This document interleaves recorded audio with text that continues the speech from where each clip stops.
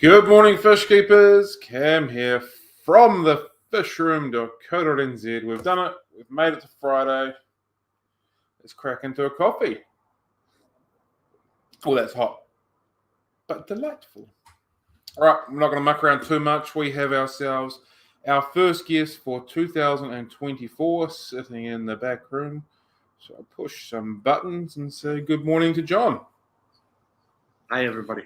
How are you doing? Good. It's really hot right now. I'm in Natal, Brazil. If anybody's Right. wondering. I can imagine it would be quite hot. Oh yeah. The other John from Scotland is lurking in the wings. He is having issues with his thing that records stuff, camera. There we go. I got there eventually.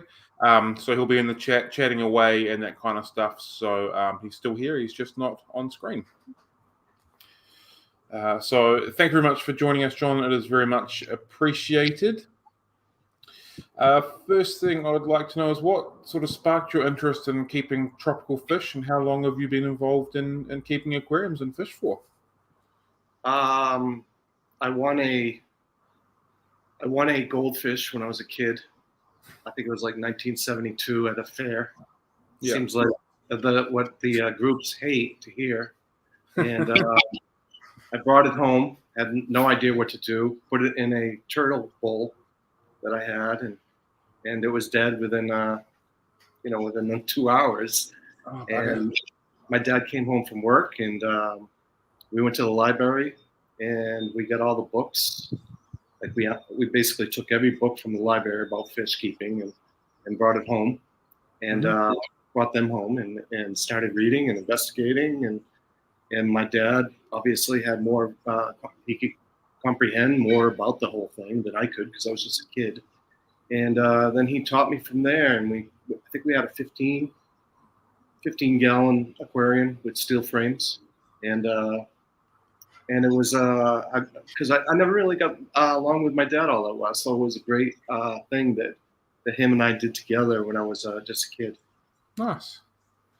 Yeah. It's funny you mention steel frame aquariums. I was talking to somebody else just recently about steel frame aquariums and how they were a thing and how they're not so much now, and how the technology in aquariums have kind of moved along. Yeah, I would love to have one, actually. Fair enough. Yeah. Yeah, they're a thing. I see people, posting in the groups that with their framed aquariums and stuff. They still are around. So Are they still around, or are they making a bit of a comeback? Well, I think what people are doing is taking the old antique aquariums, which they basically are antiques by now, right? And fixing them up and then setting them up again. And I don't know. It's just people like that. I only speak English to my son and my mom. So if I'm searching for words right now, it's like I can't remember the word, but something from their youth and something that they can remember, and so like having an antique in the house. I think they're cool. I would love to have one. Yeah. The right couch, the right setting. I think they would be quite nice as well. I've seen them fit into a steampunk house quite nicely as well. Yeah, I think they look cool. I only have good memories from that. I can remember going to the fish store with my mom, my dad, and my sister, and he'd be holding my hand. I was probably like 6 or whatever, and we'd be looking at all the fish in there, and it was something we did every weekend. Particularly remember seeing a jawfish. It was the first time I saw a jawfish. It was the first time I saw African cichlids. Cool. We're just kind of, I think they were just hitting the scene. Maybe they were on the scene before that, but I mean, at least they were hitting the scene for me for the first time. And they looked like Skittles in an aquarium. They were all small, about an inch long. And I kept begging my dad to get some. And of course, I have a cat. Hey, Joseph, can you take care of the cat? I knew that would happen. We have 4 cats. So they throw them away in the trash, but that's a different story. Anyway, and I save them and bring them home and try to find homes for them. And so in going around, it was the first time I saw an Oscar. I remember my dad looking at it, and he's like, ooh, look at that Oscar jaw. Look how mean he is. Mm. I had like the interpretation that it was a very mean fish, and of course we know that they're, at least most of them, aren't mean at all. Yeah, they're like little puppies. Very much like little puppies. Definitely water dogs, that's for sure. We have them here in some of the ponds in Natal, Brazil. That whether people put them there or they've been here all along, I don't know. It's something we'll probably touch on a little bit later about here in my state anyway, which is Rio Grande do Norte in English. The biologists really haven't seemed to touch this place at all. So that's really cool. Yeah. So after that, we had aquariums. My grandparents had aquariums, and I was hooked. I remember being in the hospital as a little kid for a week, and what got me through, because back then they didn't let your family and stuff in as much. You were pretty much alone. Was dreaming about breeding ram cichlids. Wow. And always been interested in different species. Yep. Have you since successfully bred ram cichlids? No, I haven't. No. I've got a lot of African cichlids and of course cribs and the easy ones. And now that I'm here, I don't have a fish room. If you notice in my write-ups, I'm always talking about my someday fish room, and the apartment's just too small for a fish room. And we did buy a house, and but we haven't moved there yet. And that will definitely have a fish room, and I'll start breeding some of these epistogrammas and rams and the guy that you had on the last time that had bred neons. I was like watching and thinking to myself, man, this guy's breeding neons. Like back when I was younger, that was unheard of. And now and now some of the hobby, I just thought that was incredible.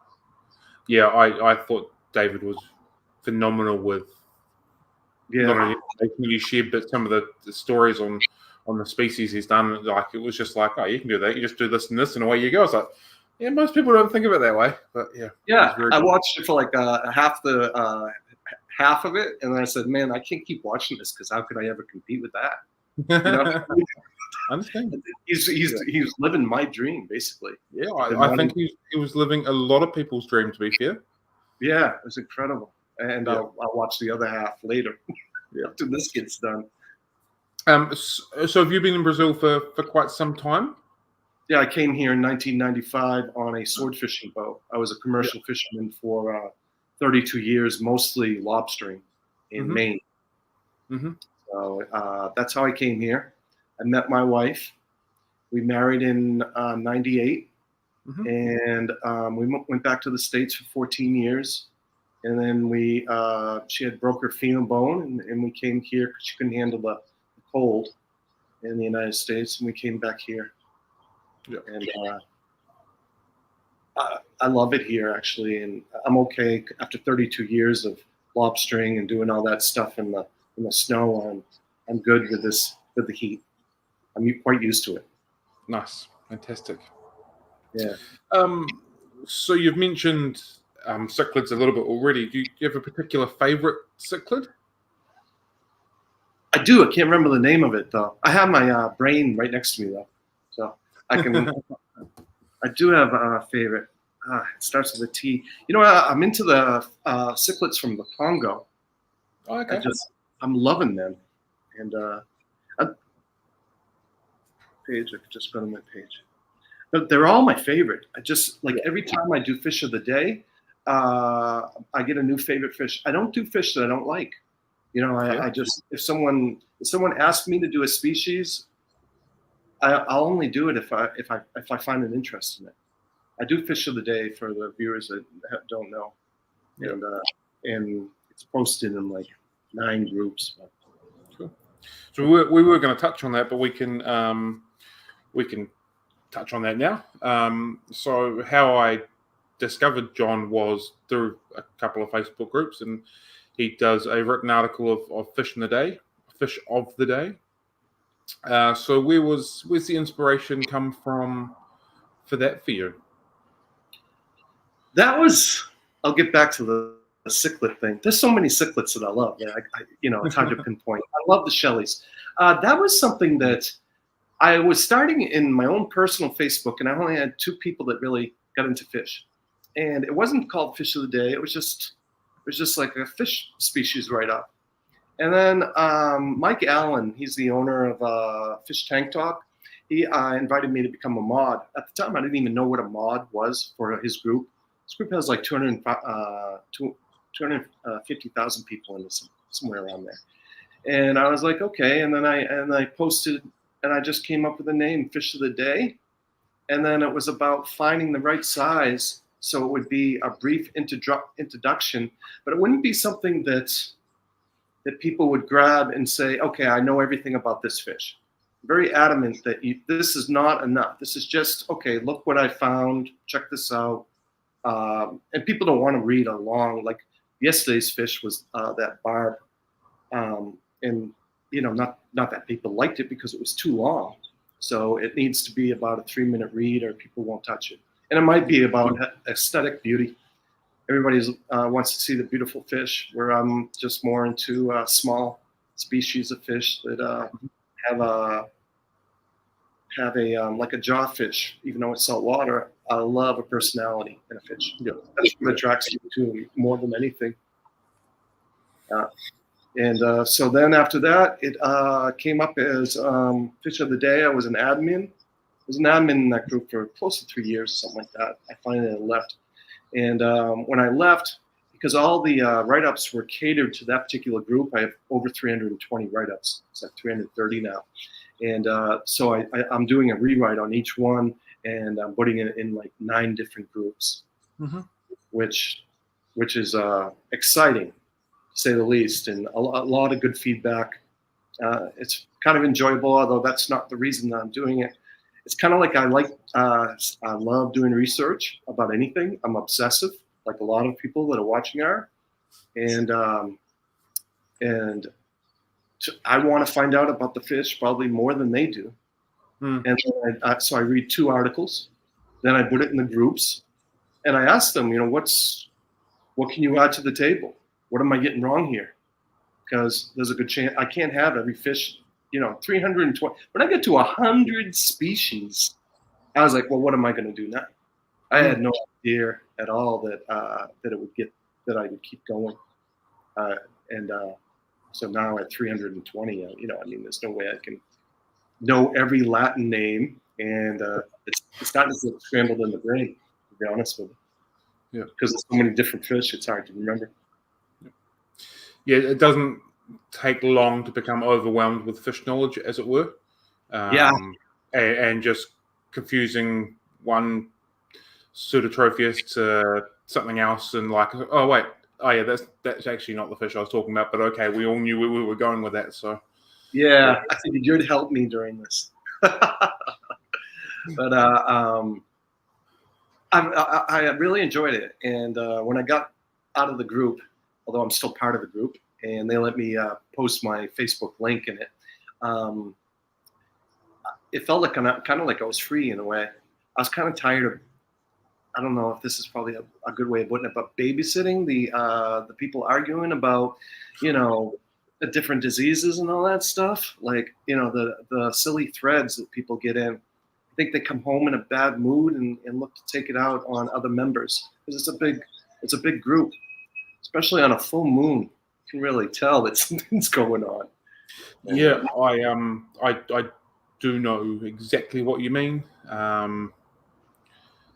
Fish keeping phages can be quite a nasty, toxic place at times. Amazing stuff they say to each other. Considering we're all just here to talk about fish and enjoy aquariums, it can be quite an interesting place. Yeah, definitely. It really, I've seen some of the worst of humanity in these groups. And I've also seen the best. I've seen the best, and I know I knew the members that were the most helpful. They definitely stick out with the admins and the mods. In these groups, if people don't know, there's a separate chat line, and we talk about what's going on. and we bring things to the table. Like if someone's here, here's so and so again, starting trouble, and we'll actually get a name with the admins, and it's not just one. I mean, there's 20 of them, and so I mean, maybe that'll help people to think about. There's a way to word things. You can say things nice. Yeah, I guess, because it burned me right out. I was burnt out on it. Yeah. We've had a question in the chat. Dennis says he's looking forward to doing a Nanochromis. I'm assuming that means he's looking forward to you doing Nanochromis.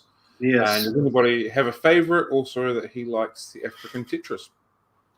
Nanochromis. I've done a lot of Nanochromis. Let me look at the pictures.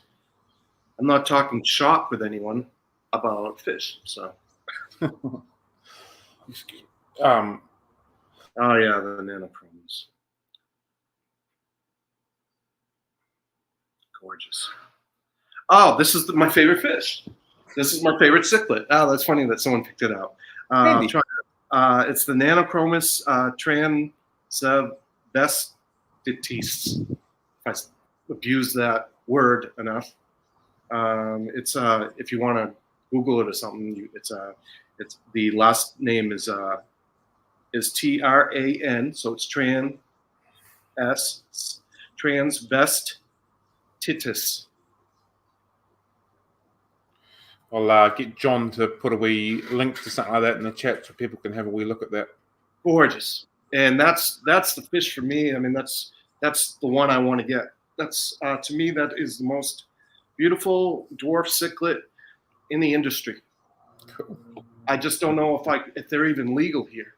The problem with Brazil is we have a list of the fish that we can keep, not of what we can't keep.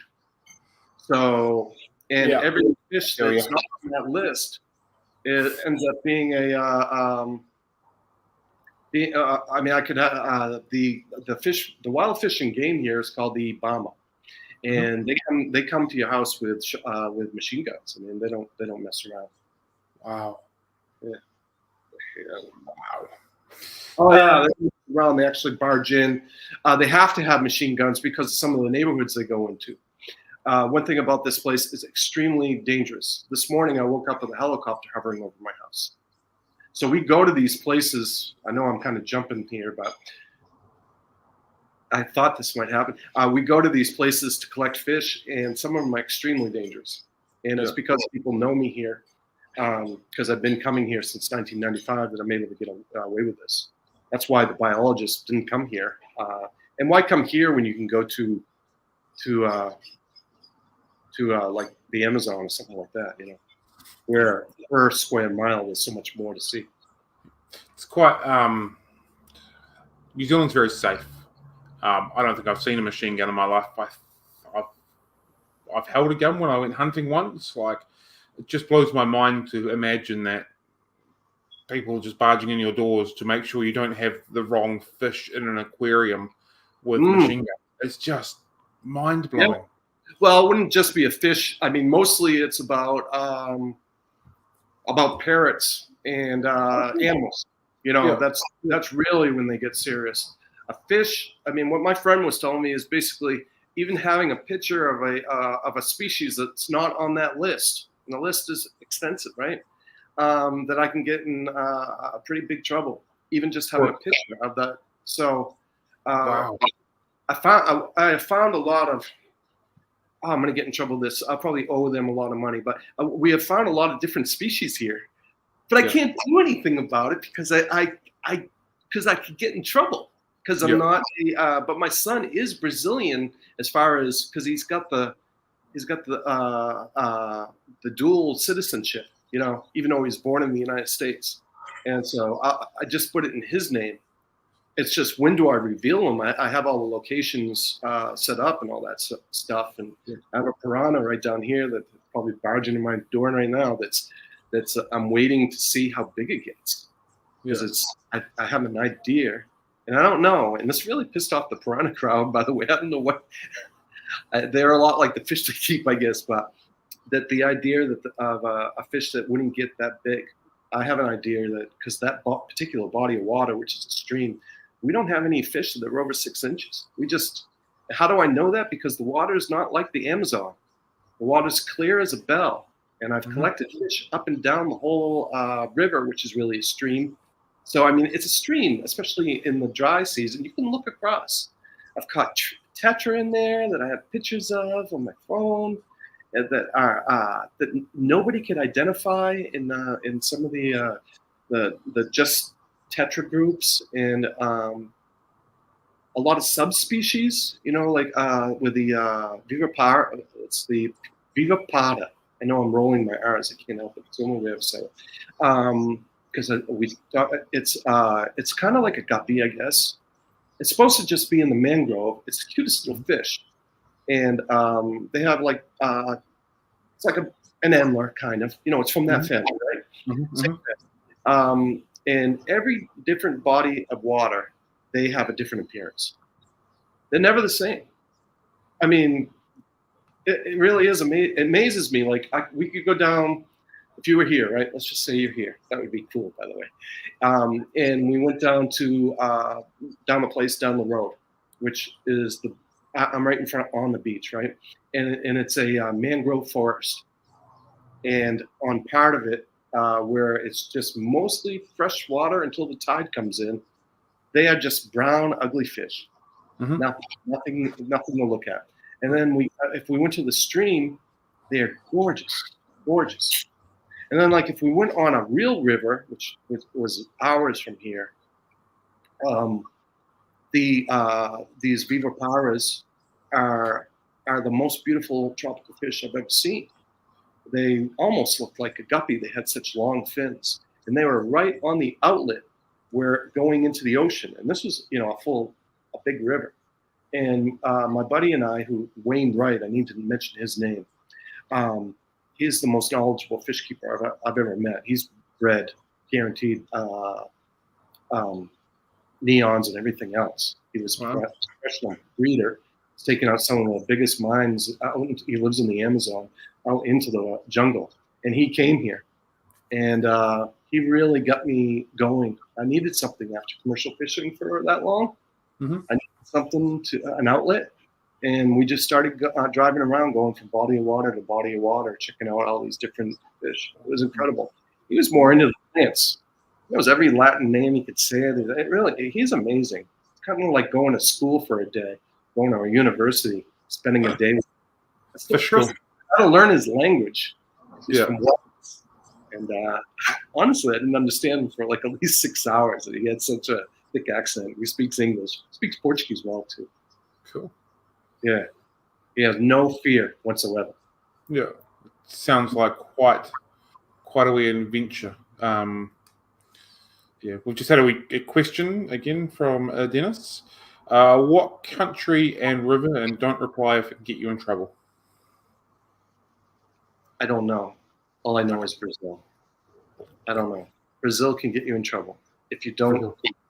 My neighbor was the boss of the IBAMA, which is the wild fishing game. So as far as that part, that helps me.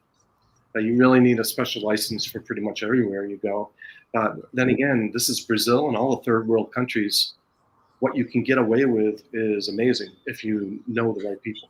Like if you were to go to Colombia, I'm just guessing, and you knew a Colombian that lived in the area, and he was into fish. And these guys are just as knowledgeable about fish as you and I and a lot of people watching. They just speak another language, They would take you to places and be able to get away with it. Now, if you were just to go alone, then you're putting your life at risk in all these third world Latin countries. Yeah. No doubt. Yeah. Wow. Yeah. Back to your fish of the day thing that you produce. How do you gather your information for each species? And how long does that whole process take for you to do? Well, depending on the species. If I know the species well, then it doesn't take that long. I guess the lengthy part is reading the information. I get it from seriallyfish.com is my favorite. They see because I'm looking for a. Did I say it right? I think it's seriously fish. I think I Yeah. know one. Yeah.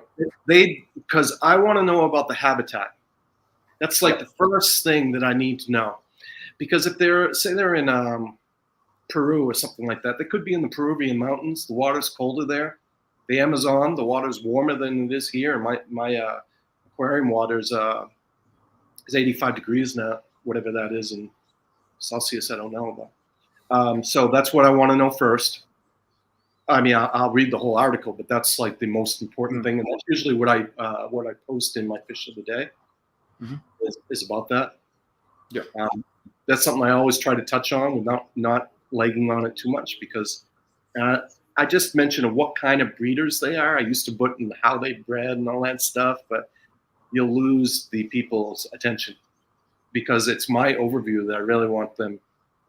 Well, I don't want them to read. My overview is basically, if people are wondering, it's where I say my opinion about the fish. Why do I like it? Why did I choose the fish? And, how would I keep the fish if it was me? And, of course, I'm looking for it's a conversation starter.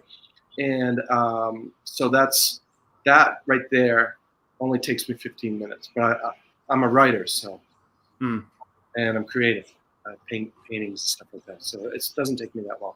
It takes me less than an hour to do fish of the day. Yeah. Cool. Yeah, I would have imagined it would have taken a heck of a lot longer than that. So. Oh no, I have some bits of that I'm working on. Yeah. Like that people will. I have my feelers out, right, and they'll send me a photograph or a name, and I have to go and watch videos and stuff about them, and those are the fish that I'm most interested in, of course, and they might only get 1 or 2 likes, and it's nice to get likes, but that's not why I do it. You want to get a like, put a platy in there, put a that's what I'll do is I'll go like every 3 fish, I'll put in something common that everybody can identify with. Yeah. I just had another question, but as I coughed, I must have just coughed it out of my brain because it's time. Apologies to everybody. I've been wearing a pretty nasty cough for the last 10 or so days. So if you see me just muting my side and coughing away, that's what's going on. So apologies on that. Where are we? Rattling off. I've been wanting to talk about fish for a while. Trust me. This is great for me.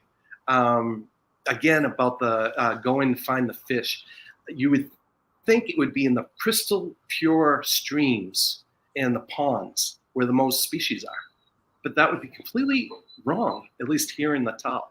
I'm in Natal, which is Natal, Natal, right? It's the streams that go right through the middle of the city, the most polluted ones, the ones that smell, the ones that you wouldn't step in, but the locals are all swimming in. You're thinking, man, I hope I don't step on some glass or something like that. And you just got to kind of like go for it. Take 2 showers when you get home to get the smell off at times. And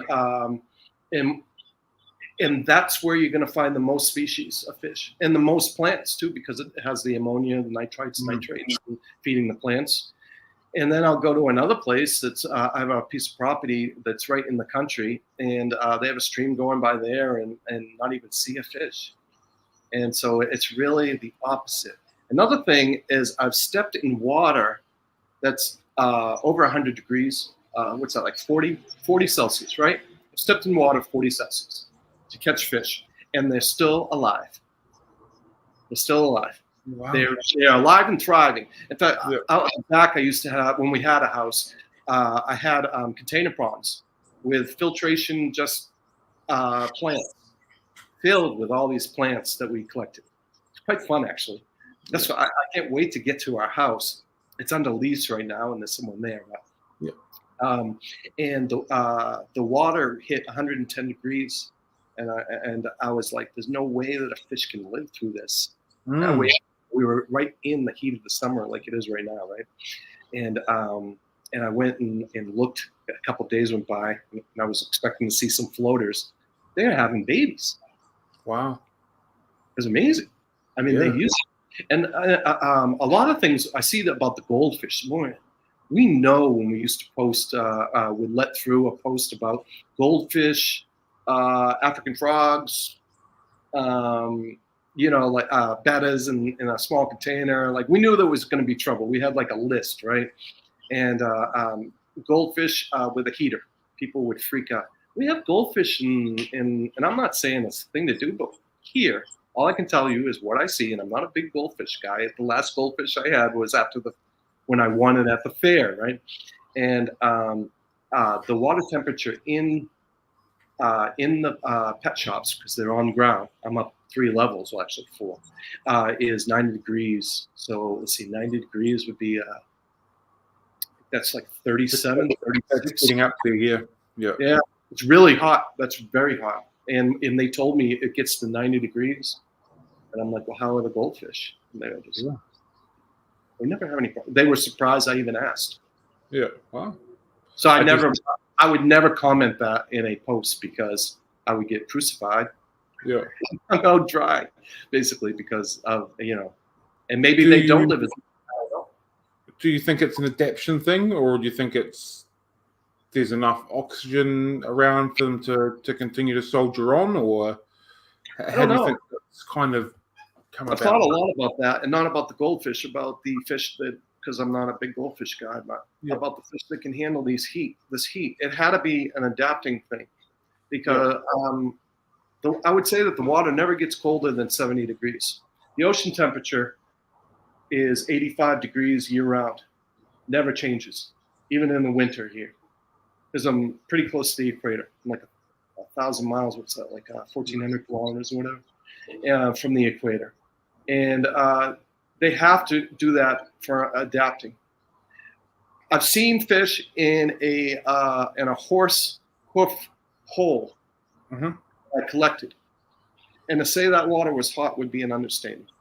Because the evaporation's so quick. I mean, I have my aquarium here, which is nothing much to look at, by the way. I told my son, I said, I have to have an aquarium in the background. But it evaporates an inch in 3 days. I have to. An inch is how many centimeters? I should know this stuff by now after all this time here. But it's about 2.5, I think. Yeah. No, 2.5, 3, something like that. Is it 10 centimeters? It's an inch? No, it's small than that. Yeah.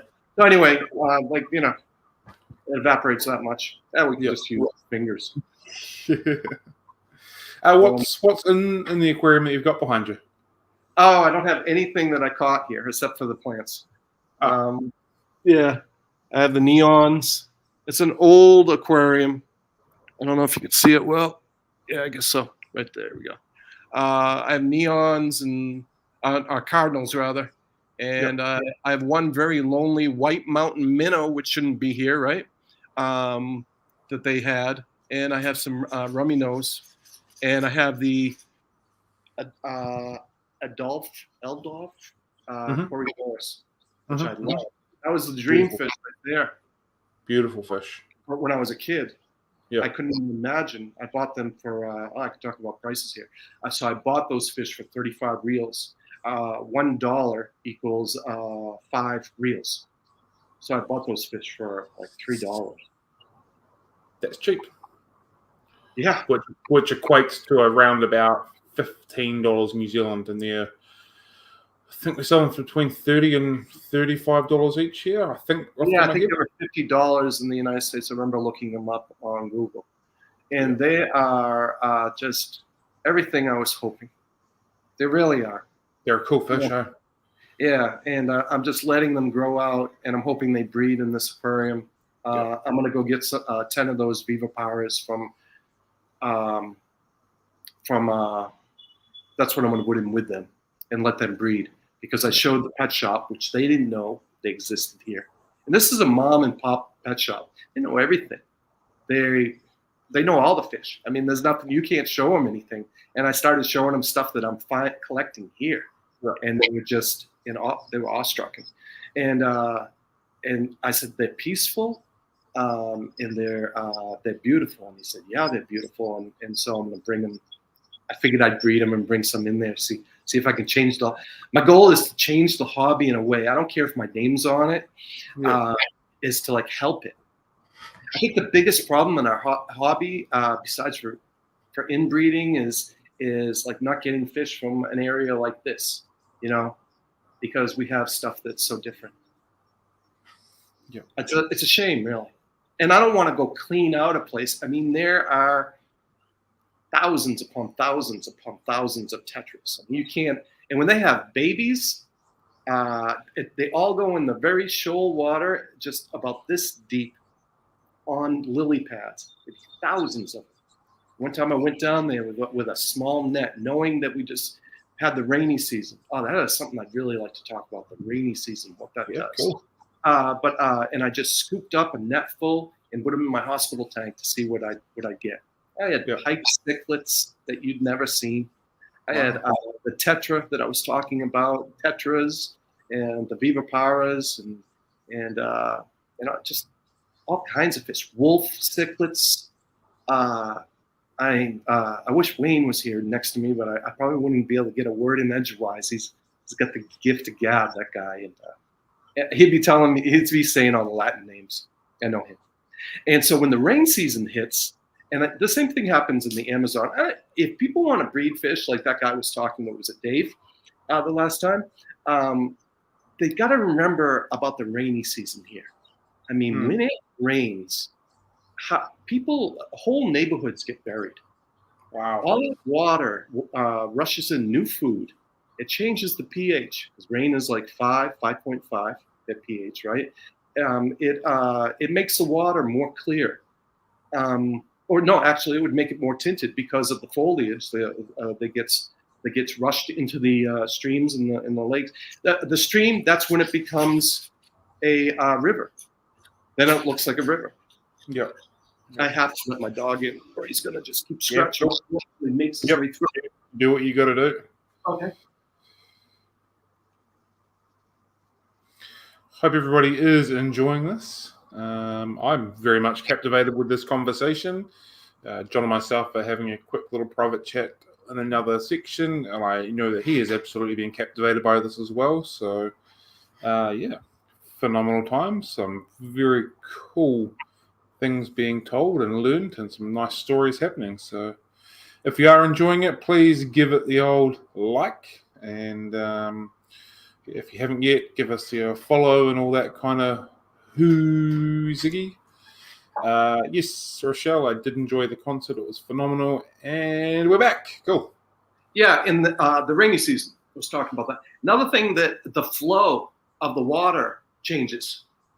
There's more. The current is stronger. I think all these things would help me to breed my fish, knowing this stuff. And now I'm not, like, I haven't done anything like this guy's done, but I am planning on doing some of this stuff when I get my fish room. And this is all stuff that I've taken, noticed. How could you not? Yeah. Stream I'm talking about, it's only, I could walk there from here. I was just going to ask, how close are you to a lot of these waterways that you visit? If it's walking distance, it's pretty close. Oh, we could drive around all day looking for one, unless we know exactly where one is. But the nearest one, the stream that I was talking about, is only probably it's like 3 miles, which whatever that is in kilometers. 5.5 kilometers or 6 kilometers, something like that. Yeah, something like that. So I could get there in the car in 5 minutes. Yeah, nice and close. With traffic, and then pull off, and then wondering, what am I doing? Number one, it's one of the most dangerous neighborhoods. Well, I live in a pretty dangerous neighborhood, but this one wins. And I mean, I could come up to a body or something, to be honest with you. I walked my dog and walked up to a body. You guys don't know how good you have it, really. I mean, I love this place. I love it, truly. I know everybody. 15,000 people live in my neighborhood, and nice. I don't know them all by name, but I know a lot of them, and my dog, and I speak Portuguese pretty well. I have an accent, pretty thick accent, American accent, but I speak Portuguese pretty well after that many years of speaking it, and talking with everyone is just. I noticed a guy has discus down the road. Yeah, I'm waiting to talk about fish with him. I need some fish friends. do we need? Do you, speaking of discus, someone has asked a question in the chat regarding discus. Do you see them? Are they about in the waterways, or are they in different areas? I haven't come up to any discus, any corridorus. I haven't come up to. I collected a pleco so far south that we're almost in, what is it, Uruguay, the next country over, in a stream hanging in a river on a waterfall that was huge. And we were plucking the plecos, and they were hanging there. So I would definitely say that plecos, for the most part, need a lot of current, or some of them. There's just so many of them. For all I know, is plucking a completely new species off. It gets so cold there, it almost snows. Wow. So they're very some of those plecos are very, very tolerant to all sorts of water conditions. Amazing. Really is. Yeah. It's amazing what they can do. I think, I did a post one time about fish that can non-heater fish for aquariums, and the list is extensive. I noticed that most of the fish are either from Florida or they're from Peru. Mm-hmm. The mountains there. Yeah. Bolivia is another one. It's very mountainy there. This is just flat desert where I am. In fact, if I drove inland, I would say an hour, if that. It would just be cactuses. The cactuses take the places of the trees. Sure. And those body of waters, those have killifish that people wouldn't even dream about. And my buddy there, Wayne, and I, we've been talking about hitting some of these places. We just haven't hit the time right. Because during the rainy season, it's hard to collect fish. Because the water comes up. It's like right now, if I went to the stream where it's really low, and I imagine the same things in the Amazon, that's when they collect all the fish, because they're saving the fish, really. Yeah. Because the place is going to dry out. So when obviously the rainy season comes and it's an extensive amount of water coming through, how dramatic does that change? Like, I've got a vision in my mind that we're kind of talking to like a stream that's maybe half a foot deep sort of thing. Rainy season comes along and it's just like this torrential river that's 10 foot and just rapidly flowing. Is it much like that, is what I'm thinking? Yeah, you could still get in it. Yeah. You got to be careful. And it might get 10 times bigger than it is, if not more. Yeah, wow. Take over houses. Like flooding that they show on TV or on the videos now. That happens, and then the fish get spread out everywhere.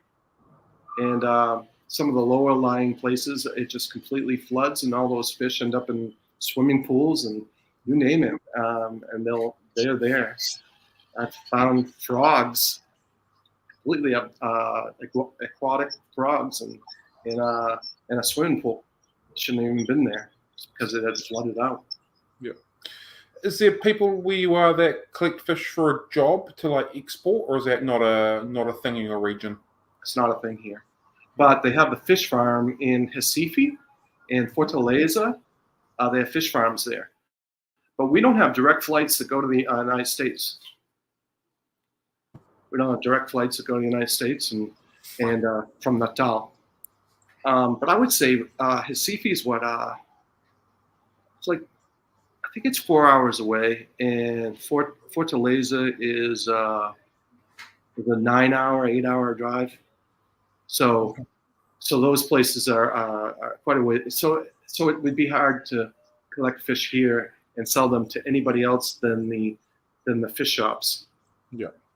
Is there much of a aquarium hobby where you in the region that you are, or is there few and far between? There's a lot of pour shops in the poor areas, and then there's very few very nice shops that actually have saltwater fish, and one mom and pop shop that I only go to.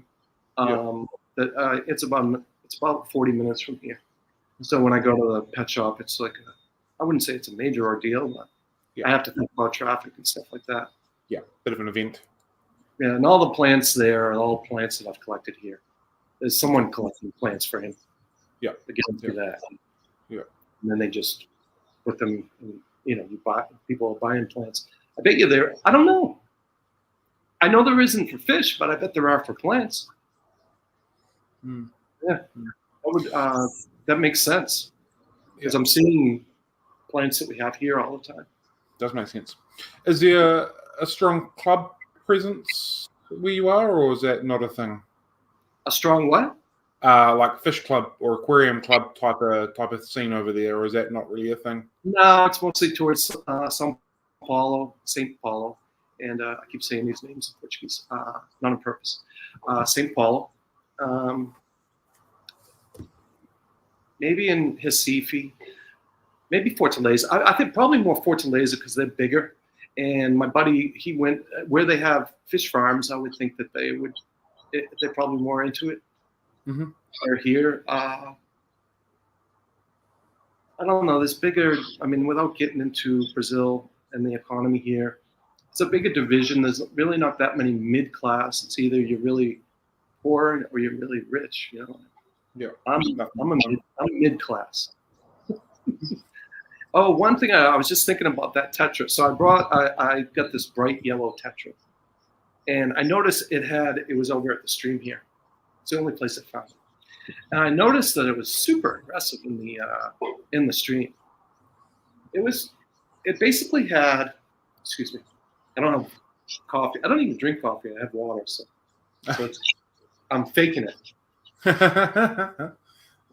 My dad used to. He passed away a little more than 2 years ago. This would be about the size of a coffee mug you'd have.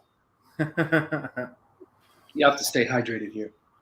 But you know how like in Lake Lake Malawi, they have a male fish will have an area of about 6 feet round. So this tetra had that area. I didn't really think about it. So I got a bunch of females which look completely different than the males. Completely. In fact, I'm not even sure they're the same species, but I've thought a lot about it since then. I think they are. And so I got a bunch of females, and I put the male in there, and every fish was on the corner of the aquarium. And I was like, well, that's not going to work. and so it's that's the tetra that's never been identified. Mm-hmm. That's the one I want to get identified. Yeah. Had a couple of quick comments from the chat. We'll just go through it. Okay. There we go. Can you do outside filterless tanks and just have the rainwater to do water changes year round? Here? No, I had to, when I had not fish tanks, fish tank will turn green. The water will, which isn't bad for the fish, by the way. No. It's not a bad thing for the fish, but you're going to have to add water unless it rains all the time.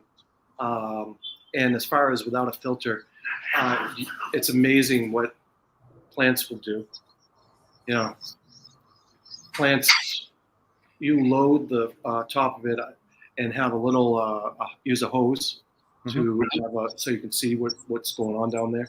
The water's crystal clear, has absolutely no scent at all. I mean, you could drink it. It's so clean. You don't want to overpopulate. And I would prefer to have a filter, but it was more of like an experiment. It seems like most of the hobby has been an experiment until the internet popped up. I'm sure the same thing was with you, right? Can this fish go with that fish?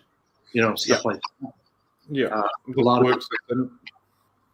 So if you wanted to breed like platies outside, and you lived in the States or in wherever, and you have a reasonable temperature in the summer, that would be something you could do. You could do guppies. I bred guppies outside. The water would go from like 70 to 100 and 110, and the guppies have no effect at all on the guppies. I mean, I wouldn't go and do that. I'm just saying what I could do. It would be nothing I would write or bring it up in the group. But since we're on we're talking at coffee. I've had platies in 100-degree water. They bred like rabbits, really. And in a little 50-gallon plastic tub that was covered with plants. Had some of the most beautiful plants. They were all flowered out. What's it, hyacinths with the purple flowers? So gorgeous in the morning. Yeah. And the roots, and most of the top portion of the container, needs to be a big container, mind you, is just roots that go down. And I never cut the roots unless it was taking the fish place. And like I said, I'd have that hole so it can make it to the surface. And we have to have fish in our water here because we have dengue fever, or dengue, I think is what it is in English. Chikungunya, we have yellow fever, we have all kinds of mosquito diseases. So we can't do a fishless cycle unless you put a screen on it. And trying to find mosquito screening here is really difficult. I mean, we kind of like live in like Fred Flintstone kind of houses, you know, where the windows are just open because it's so hot, you know. I mean, they're much prettier, mind you, but you know, they're the window's just open here. It never closes unless it rains, and it hardly ever rains. I can't remember. I think it rained a couple of days ago. Before that, it was like a month. Wow. Oh, it's a long time. We've had another comment from the chat. Zena said, I don't know, the creepy things that live in the water in places like the Amazon kind of freak me out. Maybe if I could collect from the boat or other stable surfaces. I think that is referencing to obviously what's in the water and what can't be seen and all the things that you've gone out and collected and stuff like that. So yeah, I have thought about snakes, but I really have no fear of that. And the snakes are small here, not small. Snakes are small. So I think I'm more scared of like stepping on something and cutting my foot. Yeah, for me. Yeah. But I'm not in the Amazon. I could see where that would definitely be different. I mean, we are far from the Amazon. I think it's a 4-hour flight to get to the Amazon, to Manaus. So that would definitely, this is a completely different animal here. This is not like the Amazon. And that's what my buddies talked about over and over again. Yeah. I guess I had a wee vision, maybe not quite Amazon, but of a similar type vibe when it comes to that, and it feels more, I'm going to use the reference of where I live, more sort of Nelson type of vibe, a little bit more quieter, a little bit more relaxed in the waterways, so to speak. We don't have anything cool in our water, but it kind of gets that big city type thing to a littler city type of vibe, big river, little river sort of thing. Yeah, when we go into the interior of the state, well, then we can bring the phones out and all that stuff, and it's much more laid back. Yeah. Although it's odd because that's when people warn us the most, when we're out of the city. But you know, they stop and say, "Be careful! You know, someone might pull up to you." Yeah. Rob, and we just thinking to ourselves, "You don't know where we've been," and so we're more worried about that. And I've never seen a snake. I've been looking. I've been wanting to see one. Honestly, I mean, I would love that. Yeah. I love animals. I love reptiles, and I would love to be able to. We have a lizard down here. I know this is kind of getting off fish, but it's a small lizard, and it's bright blue. I've never seen one before, and I'm just wondering if, you know, they're on the beach. They live on the beach. They run. You know how like on a beach you have the beach, and then you have a bunch of beach grass. And dunes and stuff like that. They run up and down the dunes in the morning. They're stunning. They're only about this long, probably. And, I'm like, man, nobody knows about these. I guarantee it. Yeah. No one's coming here. Shut up. Do you have many people asking to come over and go sort of exploring for fish with you over where you are, or is that not something that's kind of really? But it might happen after this. Might do. A lot of people aren't watching this now, but I imagine when they get out of work, they'll probably watch it. I shared the link a lot, but that would be great. That would be great. But, I mean, I think they'd have to sign a waiver. I'd take Brazilians with me. I would definitely take a Brazilian with me if we were doing that. Yeah. I'd take a crew with us. That know. Have you been exploring any other South American countries or waterways for fish, or No. just kind of where you're at? Yeah. Yeah, just this is where I'm at, this state. It makes me a little sad that I didn't look in. I grew up in Maine, and I didn't look at some of the minnows closer. Now, see, all these people, they want to have an aquarium, but they don't have the money for the fish. They're expensive, right? And I'm thinking to myself, they could just go to the bait shop and get some of these minnows are stunning. I don't know how many write-ups I've done on minnows. There's one in Canada that I can't seem to find again, and it was bright purple, And so, I mean, for all you know, because people always want what they can't have. Yeah. That is it. That's what the whole hobby is about. Just because I'm talking about the fish here that probably nobody has. I mean, there are viviparas in the United States, but they're just brown. And there's no beauty to them whatsoever. Just because I've talked about this, all of a sudden everybody's going to want to do whatever they can. I don't think it's always about that. I think it's about it's not about impressing your friends so much. It's about, for me, watching fish is a peaceful thing. I don't even watch TV. I lay here, I write my stuff, I write my books, and look at my aquarium. I have another aquarium that I'm going to get, and put this on the bottom for my piranha. If I keep him that long, see how he doesn't grow first. I have to grow him out. I have to. You've got him now. You've got to work out what it's going to do. On this far, I've gone this far. I have to now. Yeah. It's obviously, you've been in the aquarium industry for quite some time, and you've written a lot of articles with your fish of the day. How many of them have you previously kept? Is there quite a substantial amount, or?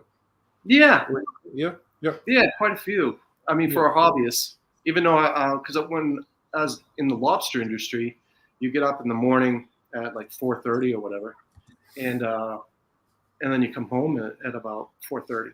So there's plenty of time to do your fish thing. Yeah. So, but when I was on sword fishing boats, and I only did 2 trips, there were like 6 weeks and 10 weeks, and I didn't have fish at that particular time. But I was where I only go to mom and pop fish shops. I hate what the big chain stores have done to the mom and pop industries, and when you're attached to them, they'll like say you get sick of a particular fish, and you're like, I want to go a different direction, but I don't want to have an aquarium in every wall. My wife would not put up with that, I don't think. And and then I just would grab the fish and do a trade, have them bring something in that I'd never had before. At all the Africans, I'm trying to get some shellies here, but I don't know if that's going to happen. Yeah. And I wrote an article about the mom and pop pet shop, how we need to support them. We need to go drive that extra half an hour, have that first name relationship with them. It just is so beneficial to the hobby, and it's beneficial to them, and that they're doing that because they have most of them anyway. Someone inherited the business from their dad and whatever, but most of them are doing that because of the love of the hobby, because they have a passion for it, and they're just as interested in a new fish as you are. So I would pay that extra money to support. Yeah, that's quite a powerful comment, and you're very right. Most people that run their own aquarium store are because they've started as hobbyists, and they've gone, I want to pursue this as a career. I want to pursue the hobby. I want to help whatever element of it is. And when you're 100%, it's not. There will be some, but a vast majority of people that own fish shops, they're not business people to start with. You pick it up along the way, but the vast majority are fish keepers first, business owners second. Yeah, I mean, I've always wanted a pet shop. It's been my dream, but I mean, you're not going to meet a mom and pop owned business that are rich. Very rarely. I mean, my one buddy is the only guy I knew that have known that has made any kind of money in the industry.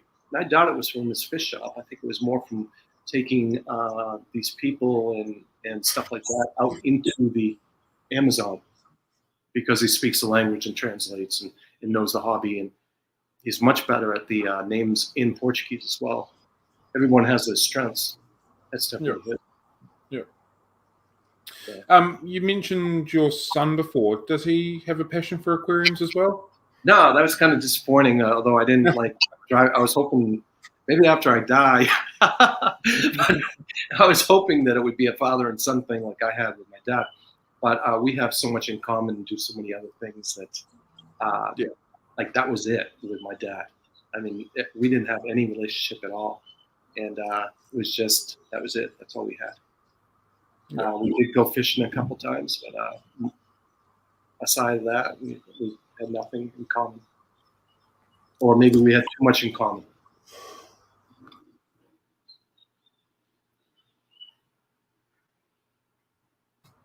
Sorry, excuse me. That's okay. Did you catch a cold? It's just a cough.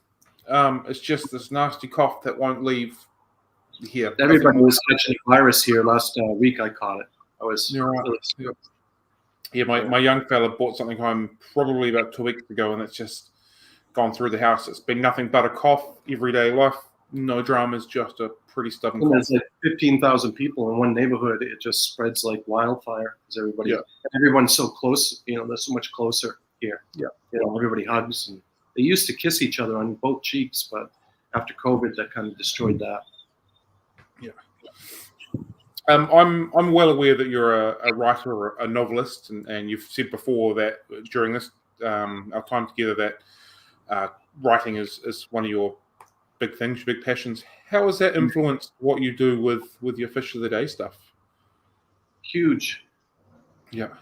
Huge. Yeah. That's why it's so easy. I'm able to put it together in my head, the beginning and the end. I don't want to make it repetitive, repeating the same things over and over again. It's tough when you're talking about another species of tetra, so I try to pull out something different. It's a major influence. And I have dyslexia too, which is amazing that I'm able to write it all. Wow. I did horrible in school. Horrible. Yeah. Wow. That is quite phenomenal. My daughter and my wife are both have dyslexia as well, and so I understand to an extent what it's like for them to have to go through those stuff. So the fact that you have the ability to produce these articles and what you produce, that's quite phenomenal. I have bad days too still. I mean, where even driving can be a tough thing for me. Yeah, wow. Because I'm thinking backwards. But the thing is, Portuguese is backwards. Like you would say White House in English, and in Portuguese it would be Casa Branca. So it would be house white. So in a way that kind of helped me. Yeah. And then I was getting over the obstacle. I wrote my first book, getting over the obstacle of that. And I kept seeing, as I would correct it over and over again, I bet I corrected that book 2,000 times, where I would do things wrong. And then this second book that I put out, I had a professional editor do it. And I saw what she fixed. And that's helping me edit the Fish of the Day right now. Mm-hmm. Cool. And the AI does, it's like having, not an editor. I don't want the AI to do much to it. I already have the words, but I want it to make sure that everything is, that it's not, to correct the punctuation and not scribble. Yeah. Yeah. I have ADD too. I have all the letters. Is there any plans in the future to produce a book related to fish, or is that not? Yes. Yeah. I just think that people put too much thought into. Not that thought is a bad thing. How am I going to say this right without getting a lot of backlash? It's not rocket science. The plants are weeds. As long as you have a good light. I think here's a couple of things that I see with the newer hobbyists, and you can please add to this. I think they over clean their aquarium once too much. Over clean it. Like I have algae growing on my I'm okay with that. A little bit of algae is good for the fish. Another thing that I always write about in my comments when I see a cycle just go down, because it's not a mature aquarium, is I always have 2 filters, and I never clean both filters at once. Only clean one filter, so I have the beneficial bacteria in one, and the other.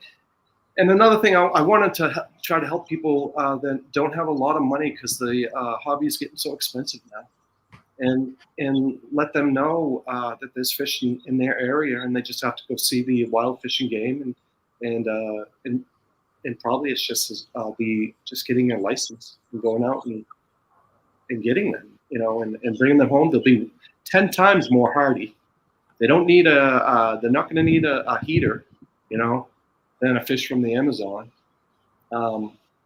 and they'll be cheap, and they're still fun to watch, and they shoal. They don't really school, but I'm sure there's fish that school really tight.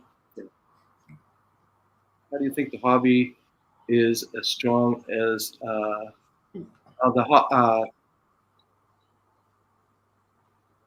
think the hobby in Brazil is huge as far as sending and exporting fish, which, by the way, I tried to get a license to do, and there was just no way I could do it because of Florida. Now, I would have to, I don't know how big the fish farm is, or I should say the fish farms over in Fortaleza and all these other places, but they just fly there. All these fish that you guys are getting usually come in from Manaus or Fortaleza or from the bigger cities. They're just outside the city, and they can get to the airport in no time at all, and they go overnight to the United States or wherever you're at, wherever people are watching. And then they go to one particular place, and then they keep them for a while, and then they, and this is how I'm guessing, where I haven't dealt with this stuff. They keep them for a while, and then they send them off. The autos, even I have problems with the autos, the little catfish, this big. Yep. Even I, because of the starvation thing, even I have problems with. That's a huge issue with them. I think that is the issue that the vast majority of people have with them, is feeding them and getting enough food into them. They're not feeding them. I'm guessing that they're not feeding them on the way. They probably go to like 2 or 3 different places before you even get them. Yeah. So by then they're starving. Yeah, speaking to one of the importers here in New Zealand, basically they said when they know they're getting a shipment of autos coming in, they set up massive algae farms for them, and then as soon as they get in, they're just power feeding them as much slimy green goodness they can get into them, and that really helps bring the condition back in again. So that's a massive issue with them. I have this tiny pleco, a Plecostomus. 2 of them I bought 6 or 5, and they only get about this big. And I forgot to ask the guy the scientific name. When I get back in there, I'll WhatsApp him. He's asking me to identify fish, which is something that I love to do. It's like a game to me, to ID a fish. It's one of my favorites, and especially if if I have to ID a fish, then I've never seen them before. Because if I've seen them before, then I know the direction to go in, and then this one's obviously related to some type of pencil fish. To get the scientific name. It's completely red. It's gorgeous. I think I have a write-up on them. I just haven't gone through. It's 320 write-ups. It takes a while to go through them. Do you take, or do you consider taking any of your own photos for your articles or anything like that, or is that something you're sort of delving into? Yeah, my photos stink. I feel you. And I have a nice phone too. It's 5G and everything, and when I got it, I was like, man, this thing's gonna take the best phones. The best pictures ever, because it has this little thing that comes up. I was like this thing. And I was like, oh man, when I get this to the site, I'm gonna take the best pictures. And it was So it's nothing compared to some. What's this? Christopher, I think it's Christopher, the German guy there, takes the best pictures ever. I love it if he came down, and I would have to have like a security team around him with that equipment. That's another thing is you can't take stuff like that with you. I'm even worried about taking that cell phone. I usually take and I want to take pictures on site. I don't want to bring every fish home that I see. You know what I mean? Yep. So I had a little aquarium that Wayne built me. He builds aquariums, and it was about this big. And I don't know where it went. I have an idea if someone broke it and didn't tell me. And I have the pet shop making me up another one so I can bring it with me. And then just put spring water in it. It's not going to hurt the fish just temporarily. Throw the fish in there, take a picture, 5 pictures, and then put the fish back in as quick as you can and put the phone away. Yeah. There is an art to taking photos of fish, whether it's underwater, whether it's in an aquarium, whether it's in a net, it doesn't matter. There is an absolute art to taking photos of know fish. What it they is. are not photogenic. You're not the guy? No. Neither am I. I do a video and hope they stop. It seems like fish are like, oh, he's got a camera. It's time to really move around. It amazes me. Even on site, they're scared. I think the next time I'll go, I'll bring like a leaf with me. Cut to the exact size, and so maybe they'll feel like they're safer or something, and do it that way. I think must be something about the lens or something reflects. No, I'm out of here. Don't want to borrow it. Yeah, and like I said, you just can't bring a camera like it's a $5,000 camera or whatever with you, unless you have a whole team with you. And I don't have a team. It's either me and my son, he's 6'8". I'm 6'4", 6'5", and maybe a Brazilian guy, or just him, my son. Yeah, it just means we're a bigger target. Pretty much.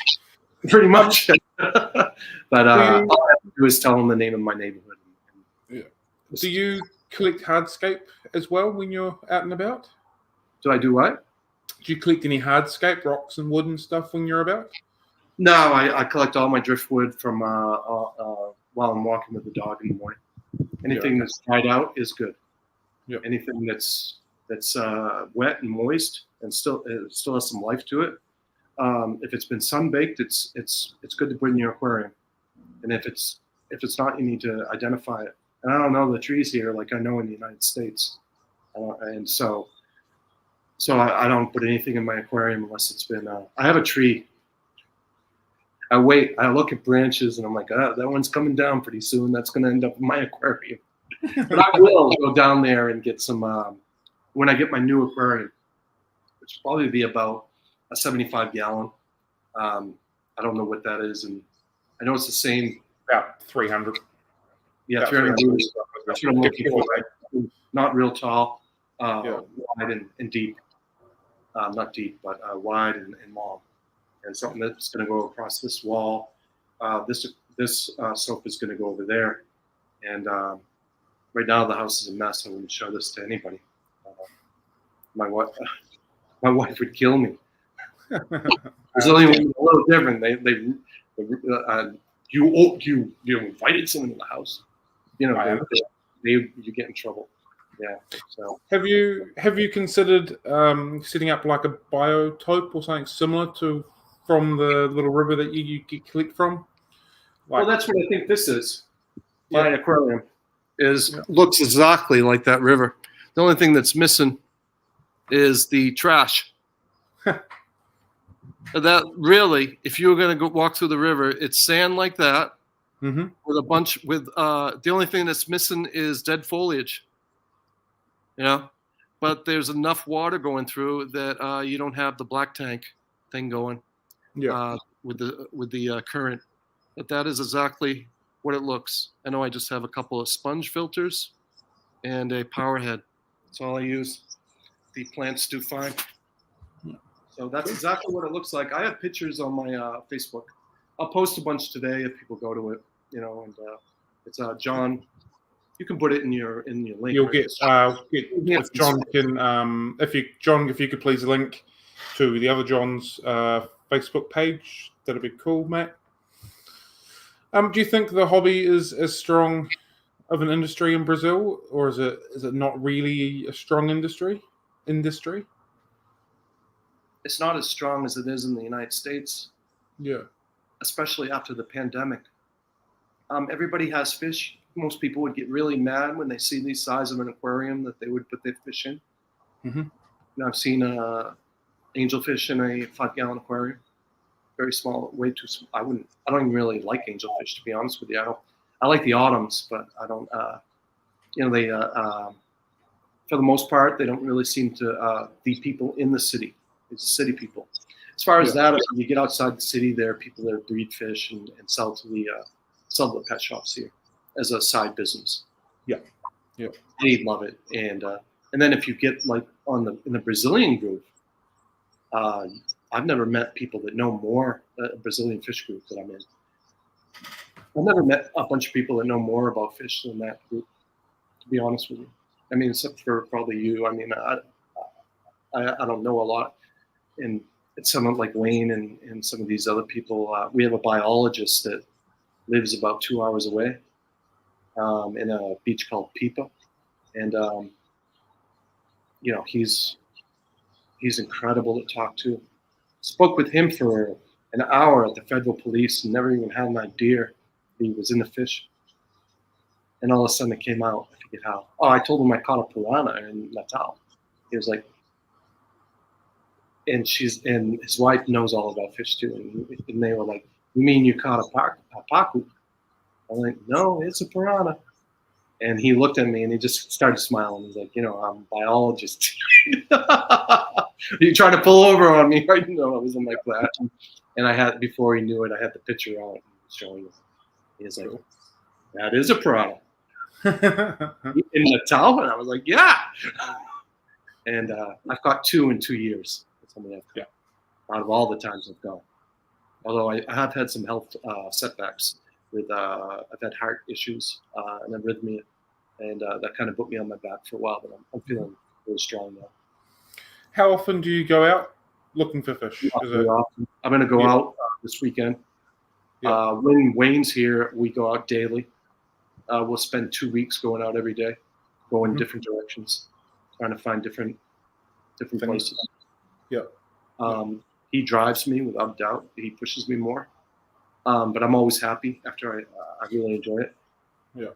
There is that element of going to a strange place that you don't know about, and I don't walk here with fear, but I walk here with what's the word I'm looking for? Reverence. I know what could happen. I know, and you got to be street smart. Yeah, I'm envisioning like some sort of an exhibition. That's not the word I'm looking for. Expedition. There we go. Like a bit of a 4-wheel drive truck packed up with a whole bunch of fish, so a whole bunch of gear, walk, tents, overnight sort of stuff. Am I envisioning something totally different, or you just go for a wee stroll up a stream and then take a wee turn up another stream? Yeah, that sounds awesome. This is nothing like that. We could go from a stream to the next body of water, and it would be it could be a half-an-hour drive. Yeah. Unless we're working that one stream. Yeah. And there's a lot of these ponds and lakes that I haven't hit yet that I want to hit. Yeah. More of a day trip. Yeah. I mean, I found a lot of fish that aren't supposed to be here. Columbia tetras, which aren't supposed to be here. Someone obviously let them go. Like I said, the mosquitoes are a big problem here. So you can't have a body of water. You got to put something in there. Columbia tetras are pretty resilient, to say the least.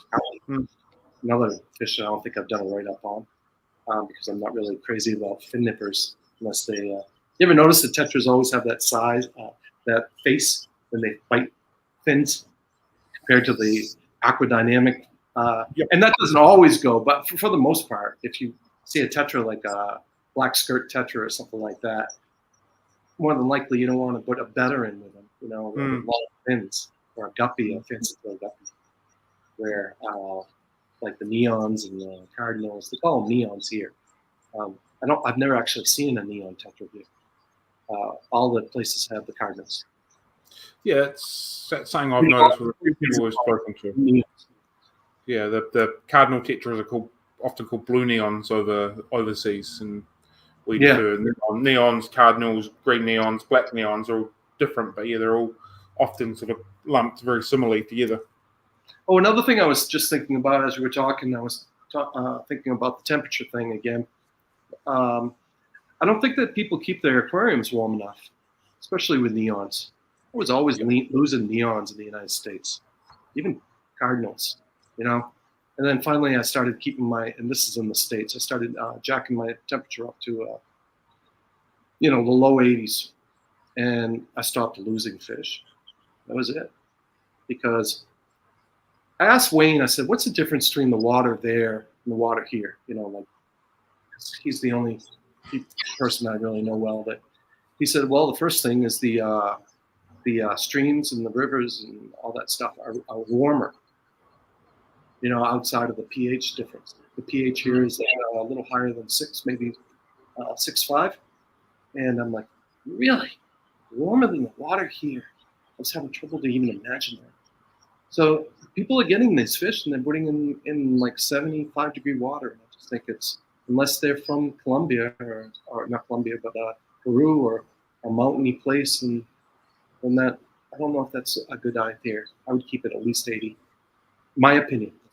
That's all I can do. Yeah, well, Silver Creek backs that up a little bit.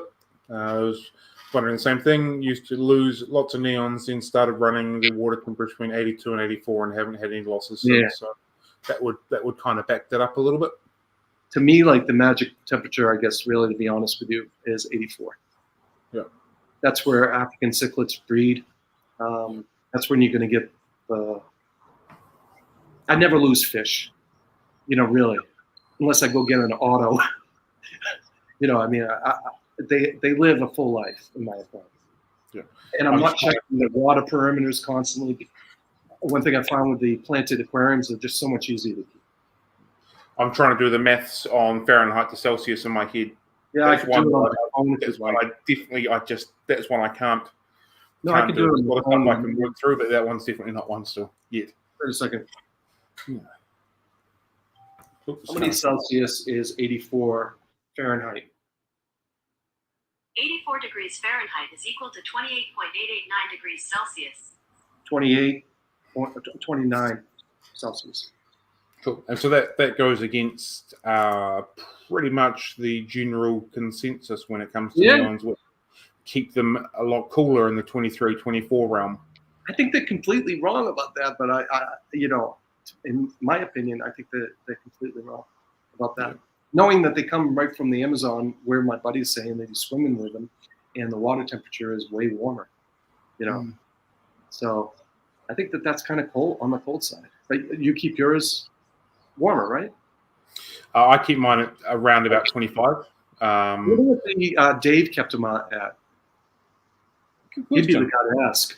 Yeah, I will ask that, and I will try and get back to people. Yeah, because he is definitely has way more knowledge about that than I do. Yeah, especially keeping neons now. He's got a lot of information in that head of his. That was good. Yeah, I was like, wow, this is great. And the live food thing, I don't really do that. No, I'm hoping there's no live food in my aquarium. That means I got mosquito larvae. That's true. This is just a totally improv question that has just popped up then. What is the supplies like when it comes to hardware and feeding and all that kind of stuff over there? Is it fairly easy to come by, or is it very limited? You mean like aquariums and like filters and heaters and foods and water conditioners and all that kind of stuff? The water conditioners and the filters are good, but they're I would say they're pricey. But where I've been out of the States for close to 11 years, I don't know the prices anymore, and they don't give me them on Google.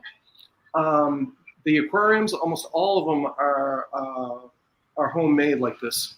You buy an aquarium that's shipped from the United States or wherever, China, wherever they ship them from, they are super expensive, like really expensive. But this at the mom and pop fish shop, I know his aquariums are more expensive, but they look so much better.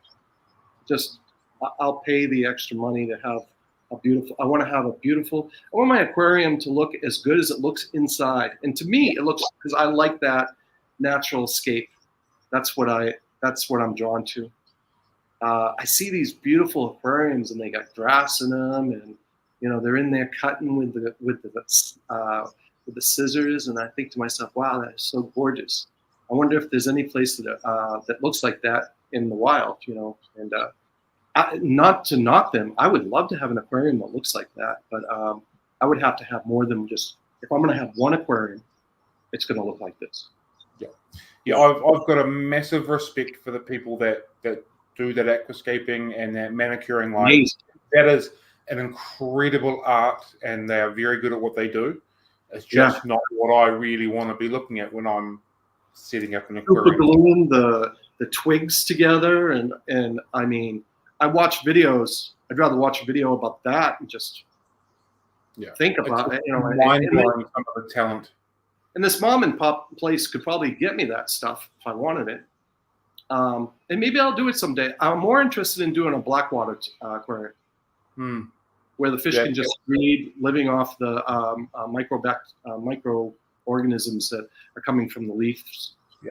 Yeah, that's well and truly up my alley. That sort of setup. That's more my thing.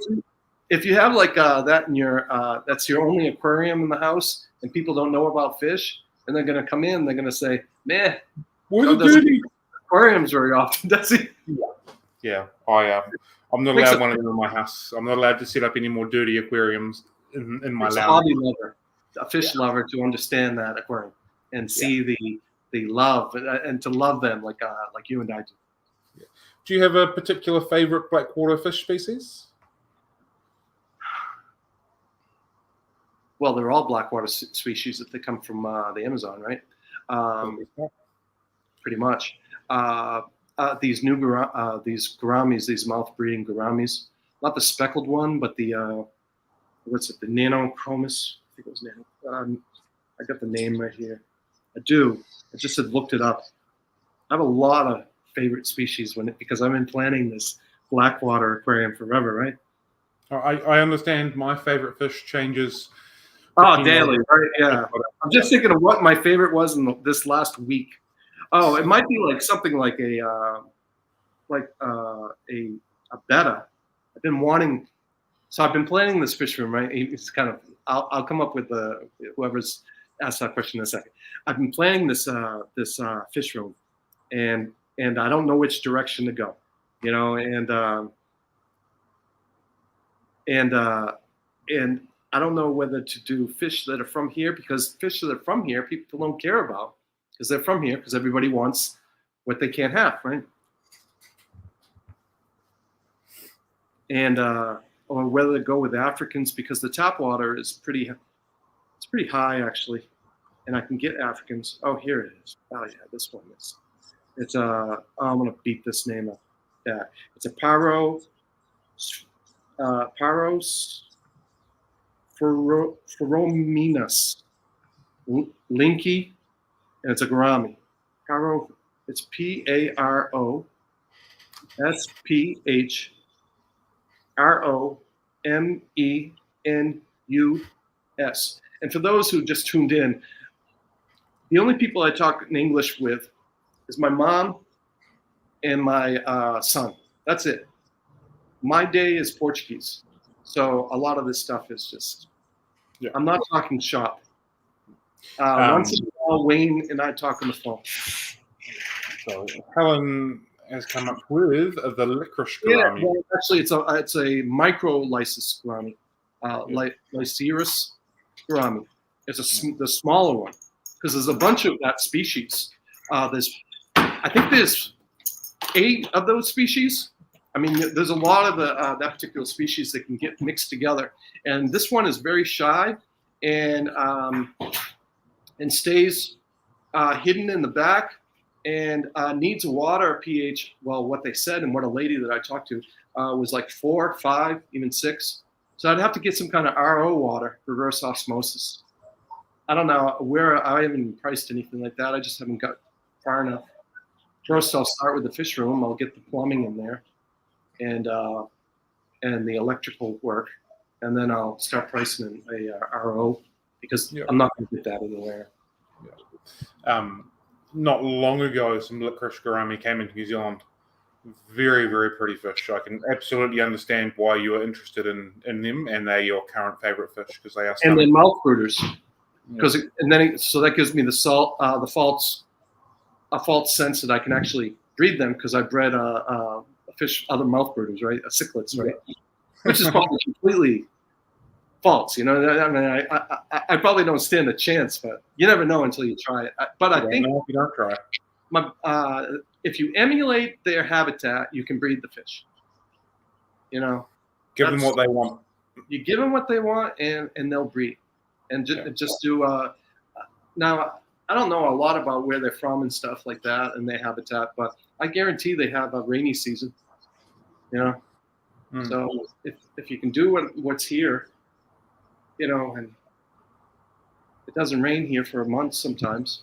I remember going out one time because I knew everybody was coming in from the interior. They needed water. We had a massive rainstorm, and I was out there in the rain dancing. I was so happy. That's how we can go months without rain. Yeah, wow. Yeah. That's mind-blowing. I think it only rained like 3 or 4 days ago here quite heavily. How many Celsius is 95 degrees? My wife just came through the door. 5? Yeah, that's what it is in my living room right now. I think that's like 30. My wife knows better than I do. Just came in. 32 Celsius in my living room right now when I'm talking. I was going to show up in one of my shirts that I wear around here. You can keep that. That's all yours. I'm okay sitting in the, I don't know, early 20s. Thank you very much. Yeah, but that's wrong. The thing is that what happens is you have the thermal mass, right? So we have so many buildings here. I'll show you downstairs. I mean, I can take it from here to there. I'm saying up here. Oh, up here? It's 84 degrees in our living room. So this is my view. This right here is a netting to keep the animals in. And all these buildings, they have a thermal mass, and the heat just generates, and so it will stay hot until about probably 2 o'clock in the morning. We were gonna buy an air conditioner, but scared of the bill, to be honest with you. I really am. Have you considered doing a plant of the day series as well as your fish of the day? I don't know. I see the plant question. I don't know enough about plants to do it. Yeah. Well, how this came about, because Wayne knows all about plants. I was like, why don't you write a book? Couldn't understand Wayne. And then I was like, okay, I know about fish and I like studying fish, but I don't know. I mean, I wouldn't do it justice because I'm not that plant guy. I always had Africans, and now I can't handle the aggressive nature of them. I really can't. Yeah, I understand that. Yeah, my best African, I bred African cichlids back in the 90s. My best aquarium was I had 2 dominant males, and they had it was like a 75-gallon aquarium, and they had the aquarium divided in 2, and I just packed it full of females. Yeah. And I was just giving the pet shop a lot of fish doing that. Yeah. And that to me was good enough. They just flared, and then they go back to they show themselves. And I can't handle personally. I'm not into the packed aquariums that these guys do with. They're just not. That's not what they. I know I've seen the videos in Lake Malawi. I see them together and stuff, but they're not that together. And when they start rubbing on the rocks and stuff, I mean, you can tell they're agitated. Where I like to emulate the habitat of every fish, to me, I can't do it. And it's not because I was a commercial fisherman. So it's not like it's not like I'm crying about the fish or something like that. Although there definitely is I was able to divide my living going commercial fishing, and these fish in my house are completely different to me. They're not my livelihood. They're my buddies. You know, I name them sometimes. I haven't in a while. But I don't have a centerpiece fish because I want to put the breed the vivipars. Are African cichlids easy to get hold of where you are, or are they? Yes, Yeah, no surprisingly. drama? Yeah. They weren't before. They are now. In fact, they even have the from the other lake there. What's it? Tanganyika. Tanganyika. Yeah. Yeah. Haven't said that word in a while. Cool. All right. So I believe that we might be getting close to the end of our questions that we've got. What's that question there? Like, was it a long life shared love of fish? Yes, it was. Yeah. Ever since I was 6 years old, I guess. Yeah. So did your dad continue to keep fish when you moved out? No, he moved on to his next thing. Yeah. When we moved from Massachusetts to Maine, and for him that was it for aquariums. And shortly, a year after that, I had moved out and was commercial fishing, doing a man's job at like 17 years old. And I had my own place and started getting my own aquariums. And first thing I did was he told me I couldn't have an Oscar because I needed too big of an aquarium. And that was the first fish I think I bought. I bought a couple of Oscars. Kept them for a long time. I lived for a long time. Yeah. What's, other than you've mentioned keeping angelfish in like 20-liter tanks, what's some of the differences between the way fish are kept where you are to what you've noticed in the USA? I just don't know enough people to keep fish that I'm living in this neighborhood that's not rich. And so I don't know. Honey, pode fechar a porta os gatos não vai sair. E pega essa aí, esse bicho. Okay, ela vai pular acima. Sorry. My wife opened the door and all the cats are coming out. They're going to have a party. Yeah. It's like an ark in here. I never wanted 4 cats in my life. But you get a kitten out of the trash, it changes you, you know? I bet. What was I saying? Oh, the people here, they go with the artificial stuff. It's like they don't even know what's in their backyard. Or they go to the place and they buy live plants. But they're buying the live plants that they could just go into the river and grab. You know? And the people in the South, well, they're spending some money. They have saltwater aquariums and stuff. The South side of Natal is the ritzy side. And so they have a lot of, they keep their fish well. And but I don't know anybody with an aquarium, so I wouldn't be able to tell you for sure without making something up. And that's something I won't do, except for the neon thing, my neon theory. Yeah. It's an interesting theory. It's one I may tinker around with because I've always been a believer that.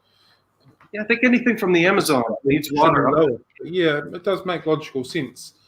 But Amazon's pretty big and there's all sorts of different little nooks and crannies and yeah. Yeah, but until you get up to like over towards the west, if it's the Brazilian Amazon, it's all level ground and it's all the same temperature. Yeah. And it's all hot. In fact, I remember watching the show, when they try to survive in the wild and all that stuff. Mm-hmm. And they had gone to one place in Peru or whatever, or maybe it was Colombia, and did well. And they brought them back to the Amazon to see if they could survive another week. And I think it was Naked and Afraid or whatever. I don't remember. And when they went into Brazil, it was just completely different because of the heat. Yeah, it's just so hot here. And everybody I've talked to that's been in Manaus, which is right in the middle of the Amazon over there, all tell me the same thing, how hot it is. They all complain about that. When my buddy comes here, he says it's cold. He'd be cold in 90 degrees. We keep our boxes. We use gravity feed for our showers and stuff. So we keep our water boxes on the top of our roofs, even in this apartment complex. It's like a condominium is what they call it, but it's really not a condominium to me. And the water is warm enough so you can take a shower and it feels refreshing, but it's still not hot. What I hear about Manaus is the water's hot coming down. Right. And I've asked Wayne what because he had a pet shop, he got rid of it there, and he told me the same thing. It was up in the high 90s over there with those fish. In fact, there's a lot of fish you can't keep there because of that. A lot of killifish can't handle that. Many killifish can't deal with that heat. Although he told me that they could deal with this heat, but they can't because he's bred like every killifish that I ever show him. Yeah. You're saying before that killies are about, and you've seen them around, different ones that would never been sort of seen recovered before. How many killies quite prominent where you are? I don't know. I see the action on the surface, but we haven't stopped and tried to scoop them up. I don't know what we have. That's half the excitement for me. Where I'm not commercial fishing anymore, trying to catch lobsters. I'm going to go try to catch a killifish that I've never seen before, that I can't show anybody. Killies aren't a species that I've spent basically any time with. I've looked at the pictures on Google and I've spoken to a few people that keep and breed them, and I can see where the pull is. But when you begin digging a little bit deeper into what they are, there are so many different variants of them around. It's incredible. And the way they've evolved to be able to produce the way they produce is mind-blowing. Yeah. I don't know if you're subscribed to Fish in the News, but it seems like every month they have a bunch of killifish that they just found. Yeah. And they're everywhere. They're probably at your location. And people just don't. They're annuals. They call them cloudfish here. Peixe de nuvem. Because they, I think it's nuvem, because it's been said that it rained fish. Right. Yeah. Yeah. Because they weren't there. It starts raining and they came back again. Yeah, fish were landing everywhere. That's what I heard. I don't know. I hear a lot of tales. Yeah. Things that you would be like, what? Yeah. And I've heard stuff about frogs too. I don't know what to think anymore. You got to take it with a grain until I see fish coming out of the air. Yeah, that makes sense. Take it with a grain of salt. It would make sense in a way that during the evaporation, I'm kind of thinking out loud right now. During the evaporation period, that the clouds could collect these light eggs and scatter them in other places, and that's how they get around to a place that's never had fish before. I wonder about it. I don't know. It's an interesting theory. It is an interesting theory. I'm not sure how I can subscribe to that per se. I mean, I don't even know. Do eggs really get taken up into the clouds? I don't know enough about any one species because I do them all. I'm thinking about them all. Yeah. And I only have 3 different species here in my aquarium right now. Yeah. I don't have a fish room. Last time I had a fish room was in the 90s. Then I was so busy on the boats that again, like I said, I can only keep up with 3 or 4 aquariums, and a lot of them were Africans. I did salt water for 2 years. That was interesting. It's something that I don't really care about anymore. I want them to do it so bad, and then where you can't breed them or they're hard to breed. I mean, you can breed a few of them, the clownfish and some of the other ones, but I love breeding fish. I really do. That's why that Dave guy, like I said, he's living my dream. And a lot of people are probably thinking, "Oh, John's living my dream." Yeah, we'll never have it all. No, absolutely not. In this hobby, it's just too big and it's too plentiful with stuff to do. And we have like you. We've got like an allowed list of what can come into the country and what can't, and everyone complains that there's not enough fish that you can't have and blah blah blah blah. But like, if you really sit down and look at the amount of fish that are available, and if you were to set up even if you set up a community aquarium, keep maybe 3 or 4 species in each aquarium, you're you're still looking at hundreds and hundreds of aquariums full of fish. There's plenty Yes. here. Plenty here. You could just have wall-to-wall aquariums, stacking them up. I mean, look at a pet shop. Look what they do. And like yesterday, I'm going in and they keep in Malawis with swordtails and everything else. You know, I mean, they just mix them together, and I'm thinking, man, the pH is off. You know, and like stuff because I'm old school, right? And I'm thinking, oh, what's going on with the pH? Something's not right here. Yeah. Yeah. And I don't even bother asking him anymore about it. Yeah. So, grand plans with your fish room that you're looking in, hopefully having in the future. How's that developing? Are you concentrating on specific sort of fish, areas of the world, or are you just gonna, this looks cool, I want it? I'm gonna get what's on the list, so they don't break the door down. I really want to do Shelley's. So I guess Shelley's and Wild Better are first on the list for my fish room. But I want to have a couple of aquariums designated to the fish just in the area, just out of pure curiosity how they get along together, stuff like that. I think I like the Wild Betters. The smaller the fish, the better for me. What is it, the Hendricks? Is it the Hendricks better? Love that fish. Just some of these small betters that are about an inch long. I like, to me, like a 15-gallon aquarium is the perfect size aquarium for me if I was going to breed. I don't want to be tied down here because I might have to go to the United States. My mom's getting older, and I might have to go there to take care of her if she got sick or whatever. And so I'm not even sure how many aquariums I would keep in my fish room. One thing that's a big problem, I'm sure the same thing is with you, is when I leave and no one's there to take care of my aquarium except someone that doesn't know, and I've just left a list of directions, I come back and I'm missing half my fish. I lost a whole aquarium filled with beautiful cherry shrimp. Oh, that one hurt. Yeah, and you can't say anything. You can't complain. You can't, because they would they're not just taking care of that, but taking care of the dog. They're taking care of it. So probably thought they were doing everything right.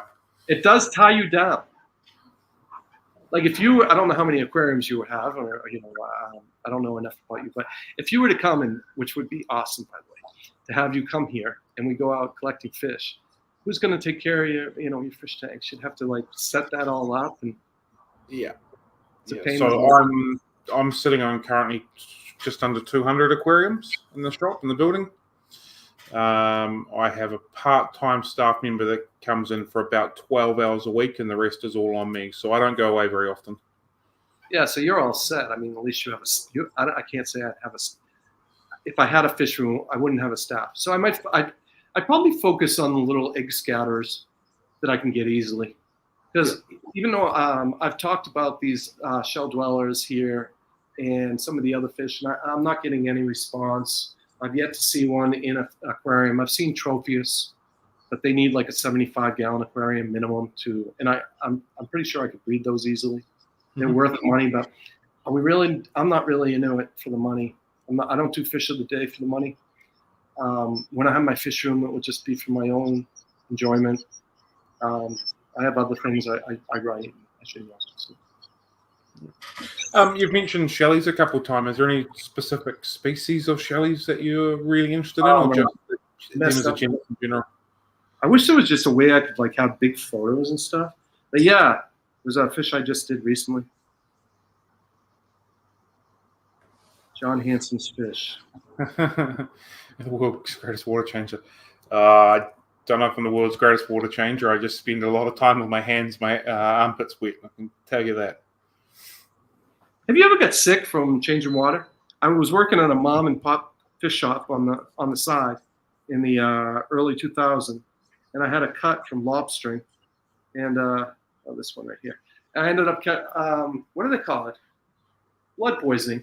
There's a big long name for it, and ended up in the hospital for 4 days because of it, because of the aquarium water. I don't believe I've been sick from anything fish related. Yeah, but I may or may not have. I have definitely heard of people that have gotten sick from various things, doing water changes, dealing with fish and all that kind of stuff. But yeah, Well, he was getting older, and his aquariums were some of them were pretty dirty. He wasn't keeping them up like he used to. And, yeah. It's a Neo Lampro. Neolamprologus. It's and the last one is Calliurus. What's that? Calliurus. It's embarrassing. I mean, but who am I going to talk to about this fish here?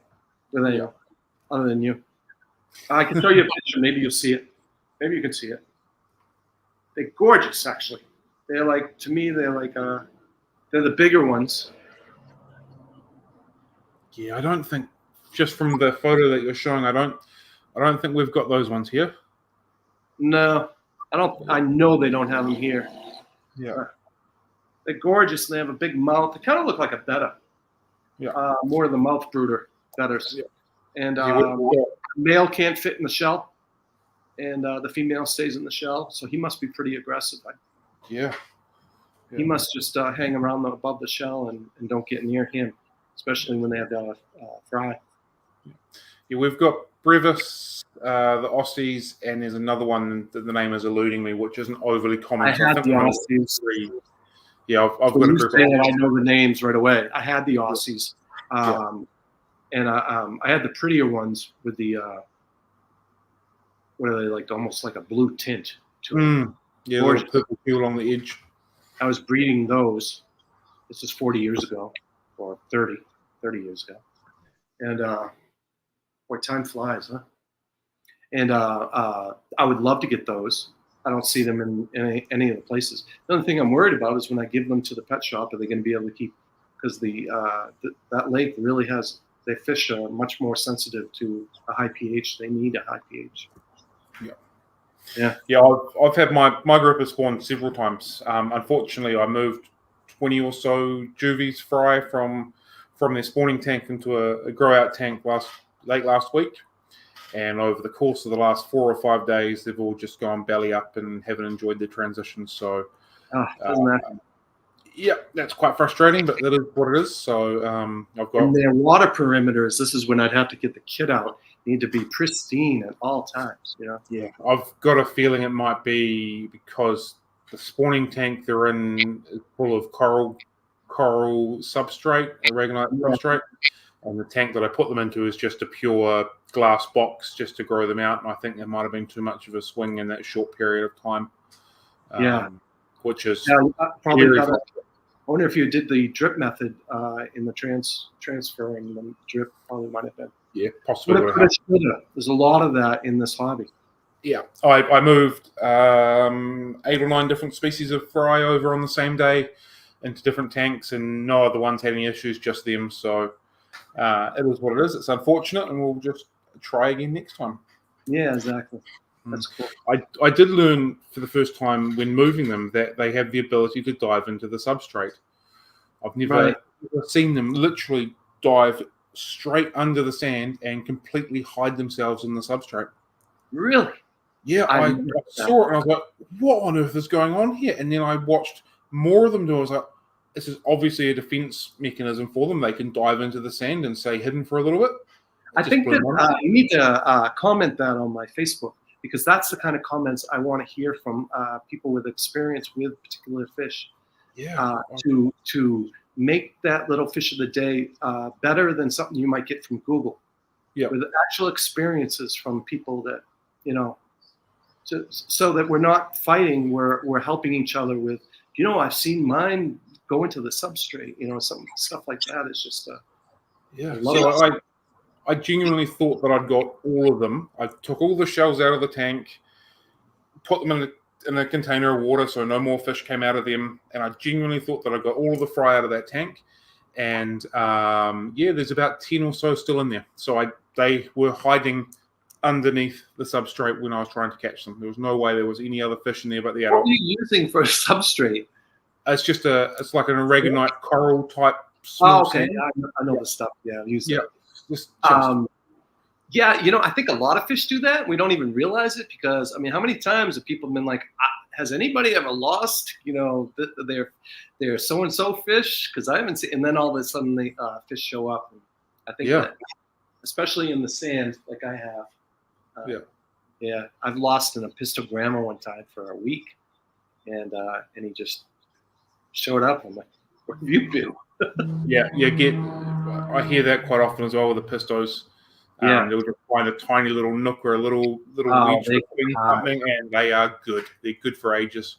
They're also big time jumpers, and I've had people disagree with me about that. But I watched one jump out of my aquarium, land on the floor, and the cat had him like it was like a seagull, just ate it. I'm like, no, I'm jumping. So I have trouble keeping them in the aquarium. I don't have a lid on my aquarium. So, I didn't know they were jumpers. For me, they were, but I mean, everybody's got a different story, and that's what we have to realize about this industry, or this hobby, that everybody seems to have a different experience. There is no real rule, because like an epistogramma that you might have, the same species, Agassices, I think, or something like that. Say we both have Agassices, and but maybe mine's wilder. Maybe mine's like an F2 or an F3. I mean, and yours has been because obviously yours wouldn't be wild. Yours has been bred in the aquariums more, and so they would stay in the. I would think, and I'm just again, I do a lot of theorizing in my life because I'm alone. I love bouncing these ideas off of each other. This is sometimes I forget we're even like. To me, it's I can assure you I enjoy this sort of thing as well, significantly. Yeah. So, and I'm pretty sure that of all the people that are watching right now, I'm pretty sure all of them are in the same boat as you, listening about aquariums, learning, talking. Hey, I have noticed that. I haven't noticed that. I think this might have worked for me. I think everybody here is very much in the same boat. I've only seen one really fancy Agassices here. The rest are they look like they just came out of the wild. So for all I know, they're wild fish. I don't know. I mean, I don't know how hard they are to catch. Something I don't want to say struggle with, but something I encounter on a very much a day-to-day basis, because I deal with the public and running a fish shop, and that's kind of part and parcel of it, is your knowledge to my knowledge to someone else's knowledge to Google's knowledge. It's so broad, and like you said, there's no right or wrong answer. There's a lot of what we know is not. And like the goldfish here, for all I know, you put a goldfish in 100-degree water in the United States, it would die instantly. Here, they can live in water at that temperature. So what's going on there? I mean, if I told someone, that the goldfish, which I would never do, the goldfish are not fine to be in 90-degree water. For all I know, I'm killing their fish. But here, they live and they thrive in that kind of water. So, I mean, the first thing I see when I go into a fish shop is goldfish that are in 85, 90-degree water, and which is the temperature of my living room right now. Yeah. The other thing is how much of this is changing the longevity of the fish we're keeping as well. Yeah, that's what I've heard. Like we that's something that just can't be. There's no way that we can prove or not prove that. Basically, that there isn't. I've heard that stated, and people argue about that particular topic a lot. I saw that as an admin. Right now, I'm an admin in fish keeping beginners and experts. It's a small group. I'm just trying to help him get it going. I don't know. I'll probably stay there for a while. I just don't want to make it like my top priority, like the other time I did it. And move you down there. Yeah, so there's no way to prove that unless you're a biologist and that's what you're studying. You've got to do a proper longitude test of setting up 10 different tanks, lots of controls. We're only doing, and there's no precision way of proving that this works. This hasn't worked. This has produced longevity. This has produced bigger. It just is what it is. And this genetics play a part, catch points, how long they've been bred. There's so many variables that make it so hard to prove anything. All we can do is just the best that we can do for the animals that we're keeping. would be a great comment in one of these threads where the people are just want to kill each other.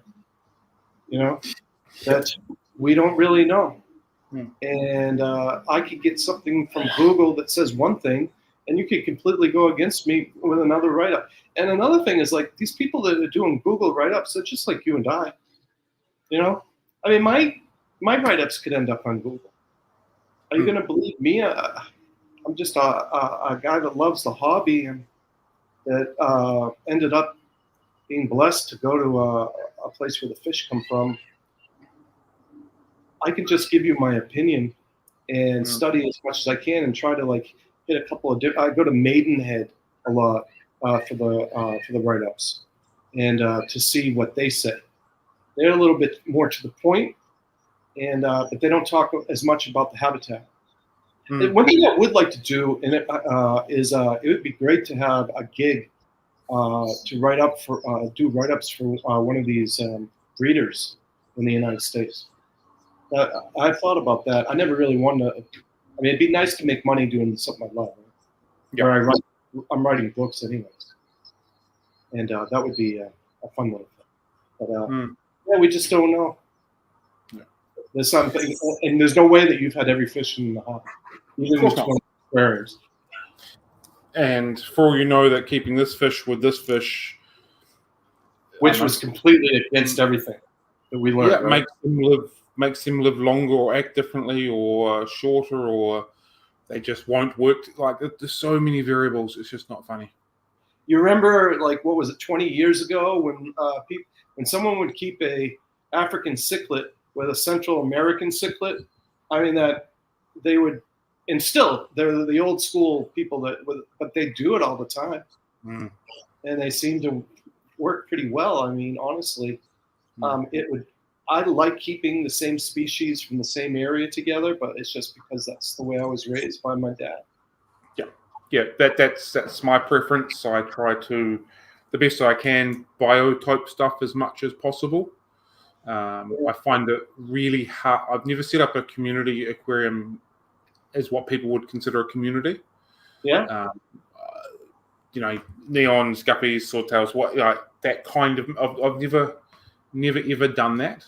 One day I will, but it's always been, for the best part, regional specific. Always kept Malawis with Malawis and that sort of scenario. Yeah, it's always been the way. Yeah. I had a pearl gourami in this 40-gallon breeder next to me. I couldn't handle it. Well, number one, it was chasing the other fish during supper time or dinner time or whatever.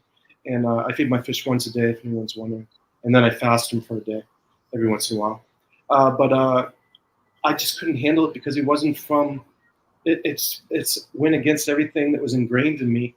And I went to try to go get an epistogramma or something else.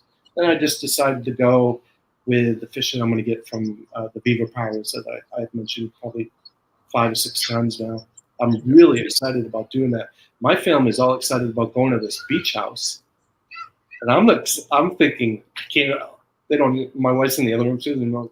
All I'm thinking about is, well, the beach house is great. I'm not really crazy about the beach. I was a commercial fisherman for 32 years, so I'm thinking about there's a little stream there that I can go get a bunch of little fish from, and I want to go check out the fish there. That's really near our house that we're going to rent. Yeah. And so that's where my head is. Back to like your comment about having a pearl gourami in your tank. I can't quite remember who it was, but someone that we've previously had on basically said that fish from different regions of the world talk a different language.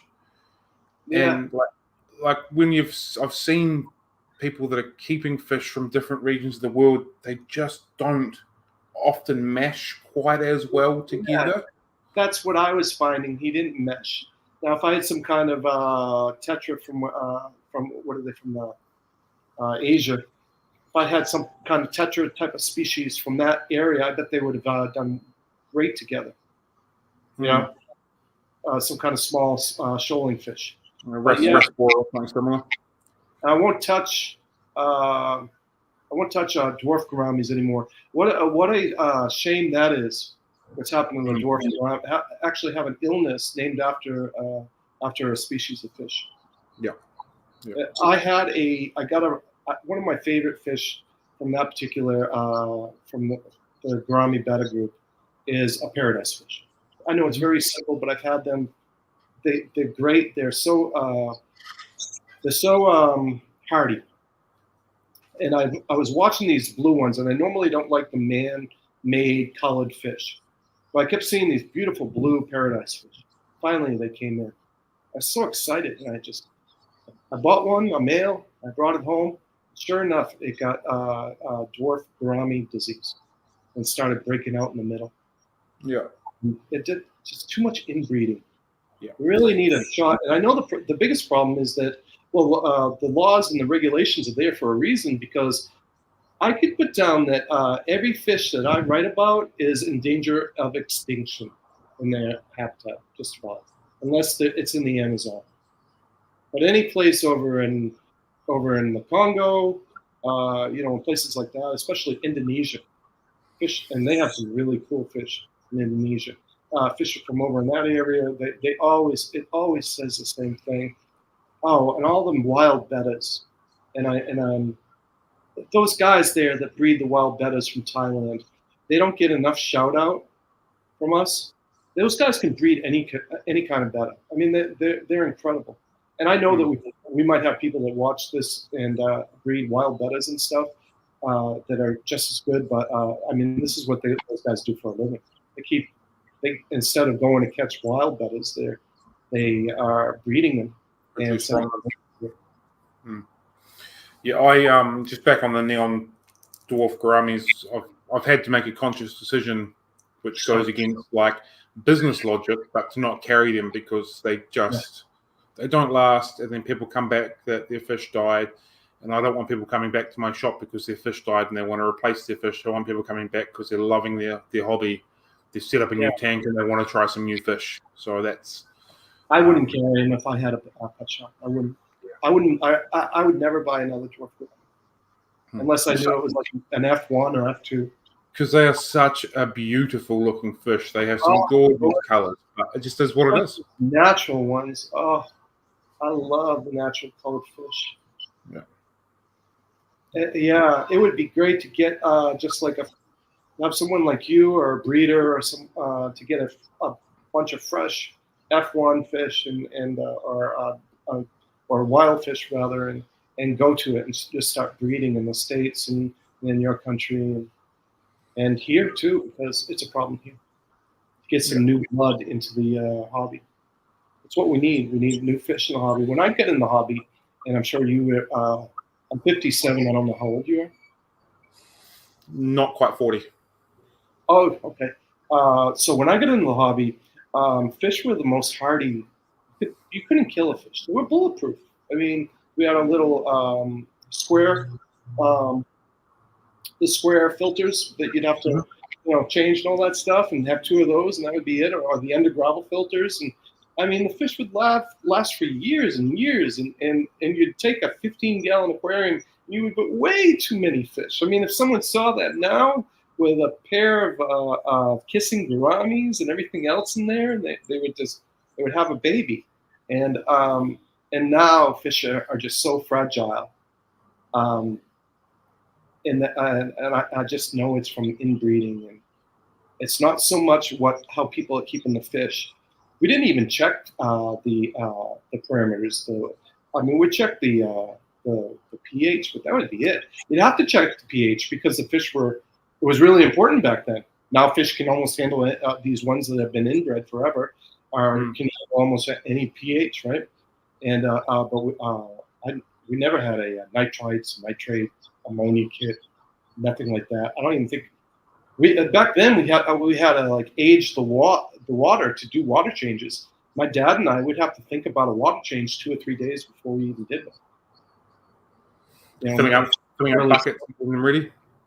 Huh? Filling up buckets and having them sitting there for a couple of days ready. Yeah. Yep, and let them breathe. I do it here sometimes still because I'm old school. I don't have what do they have? Pythons to do water changes. I'm still getting a bucket and siphoning and never get a mouthful. Just have done it so many times that I almost have to watch out that I don't suck a fish up, because I've done it so much, right? I do that Well, I do it with the piranha twice a week because he's in an aquarium that's too small for him, admittingly. And in this aquarium, I have a water change Sunday. And it's something I look forward to. It's something I enjoy doing. And my dad was like that. We changed the water weekly. And like I said, we'd put the water. It's good to put it, give him 2 days. I can do it here in 1 day, but it's chancy. I know that they put a lot of stuff in the water, chemicals. And I'm not sure. There's a chemical, I forget what the guy said. I was talking online with someone that they put in the States that you can't get it out of the water. Do you know Chloramine? Chloramine? Yes. And so you can't age that out. Yeah. Chlorine you can, chloramine you can't. Chlorine, right? Yeah, chlorine is ageable. Chloramine. Yeah. And we'll take a shower, and the water box upstairs will fill again right before we take a shower, and it smells just like a pool. It's so filled with. So I try to age the water for more than 5 days, but I got the juice, I call it, and I just use that. Yeah, it's amazing, actually. I don't think people realize how amazing that is. If there's any of the new hobbyists watching this right now, you guys got it so good as far as that water change is concerned. There's really like no excuse not to do a water change, And I know that you can put a habitat and an ecosystem. You can get that, so you don't even have to do water changes. You just put RO water in, so the GH is going to be good and all that stuff. But I'm just not from that. Yeah, I'm not going to do that. And kudos for whoever's doing that right now. Dude or dudette, wow, you guys really like impress me. Like that is so cool that you can do that. Like when I see that a post and someone's got discus fish and in cardinals, and they've like, I haven't done a water change in 10 years or something. I'm just like, it blows my mind. It blows my mind. I couldn't go 2 weeks. I don't think. Well, I get a bit scratchy if I haven't done water changes at the back in a while. Yeah, I think it bothers me more than it bothers the fish. To be honest with you, I go to bed. I'm like, oh man, I didn't do a water change. What happened to the Sunday? All right, it's going to have to be a Monday, I guess. But Yeah. And a weird twist, I have begun really enjoying doing water changes on my display tanks in the shop. I enjoy that process. Out the back, we were breeding and we were quarantining. It feels more of a chore. Yes. But as soon as you go, cool, we're doing it, the hose goes in, then it just happens. But there's definitely a different mindset between the two, between doing the display aquariums and doing the working aquariums, if you will.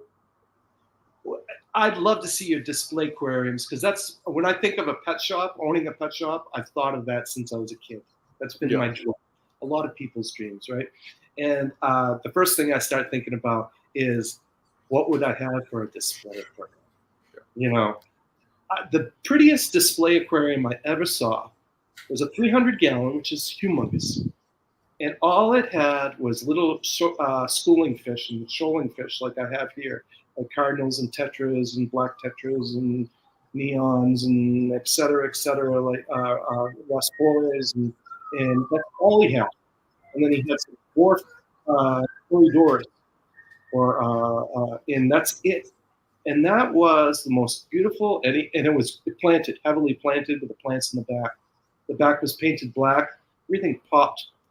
If I could have any aquarium, like if I won, I finally played like I guess they call it mega, with one of those lotto tickets. Saturday, I'll find out. 83 million reals. I don't know what that is in dollars or your currency, but that would be the aquarium that I would build. I would have a 300-gallon aquarium with just small schooling fish, especially the rummy nose. People don't seem to realize rummy nose school the best. They are the tightest schooling fish in the hobby that I've ever seen. Do you have any other names of fish that might do as well as that? Not that I can think of off the top of my head. Not that are really, really tight. Yeah, like they follow the leader. I sit there and watch them sometime, and that's my favorite two fish, right? Cardinals and and rummy nose. They need to be together. They're like peas and carrots. Yeah. Thunder and lightning. They have to go together, right? And I'm just sit there and I wish they were looked just a little bit different so I could find out who they're following. Yeah. And every night watching them scatter eggs is awesome. Yeah. People think they're playing, they're fighting, and whatever. No, they're doing what what me and the wife do. Yeah, they're doing what they're in that water to do, make more of themselves. Yeah, that's right. That's how these streams, like the one I go to, get so filled with tetras. I mean, if we ever had a massive catastrophe, God forbid, in the world, I would just go to that stream and I would come home with a bunch of tetras and we'd have some tetras soup or something. There's something hard to do. Yeah, maybe a little fritters. There's something to be said about big aquariums with small fish and how that fills up a space incredibly well in big numbers. Yes, definitely. It looks, but I'm partial to small fish, and anything smaller than basically 5 inches or whatever. I don't even want to fish that big anymore. I think that's why I'm steered towards the cave, the shell dwellers, because they're so tiny. You know, they have a shell dweller in Lake Malawi. It's a Pseudotropheus something, right? Right? There's a million sort of Pseudotropheus, and I'm pretty sure it's the only species that they have that live in shells. I'd kill to have that. I would. Right up in it. It's, I post this right up, and people just don't get it because it doesn't have the flash. I mean, I guess it kind of looks like a zebra a little bit, or the striped ones, because they're so inbred hybrids with the Pseudotropheus now, which is really sad. Like they're striped blue and black, but they're not. The colors aren't really bright, and the male has the egg spots, and they have a bigger shell, and they're like less. I think they're 3 inches long, so they're. Again, for the people that's a good size shelly. Do the correct math. Yeah. They're out of the United States. They're like about that big. Yeah. Wow. That's a decent size shelly. Most of them are a lot smaller than that. Yeah, I'll post a photograph tonight. I don't know if I'm going to do fish of the day tonight. I was going to do the coolie loach. There's a fish that likes to bury themselves in the substrate. Yep, and hide in any spot they can. Just because in any spot, just because I've done a bunch of fish that no one really has ever seen before, and about every 3 species, every 3 days or every 4 days, I bring out something that people can actually, because at the end I try to have it the same configuration every time, the same format. Fish of the day, brief synopsis of the fish, where the fish is from, and the synopsis, and then at the end I would show me whatever fish I'm doing, whether it's platies or Pseudotropheus zebra, whatever, and then all the photographs show up, which makes it really a lot of fun for the members. Then there's the people that really get into looking at the new fish. So if I put out so tonight I'll put out a coolie loach.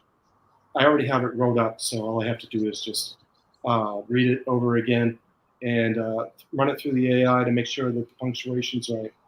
The AI is like having a professional editor. So nice. Yeah.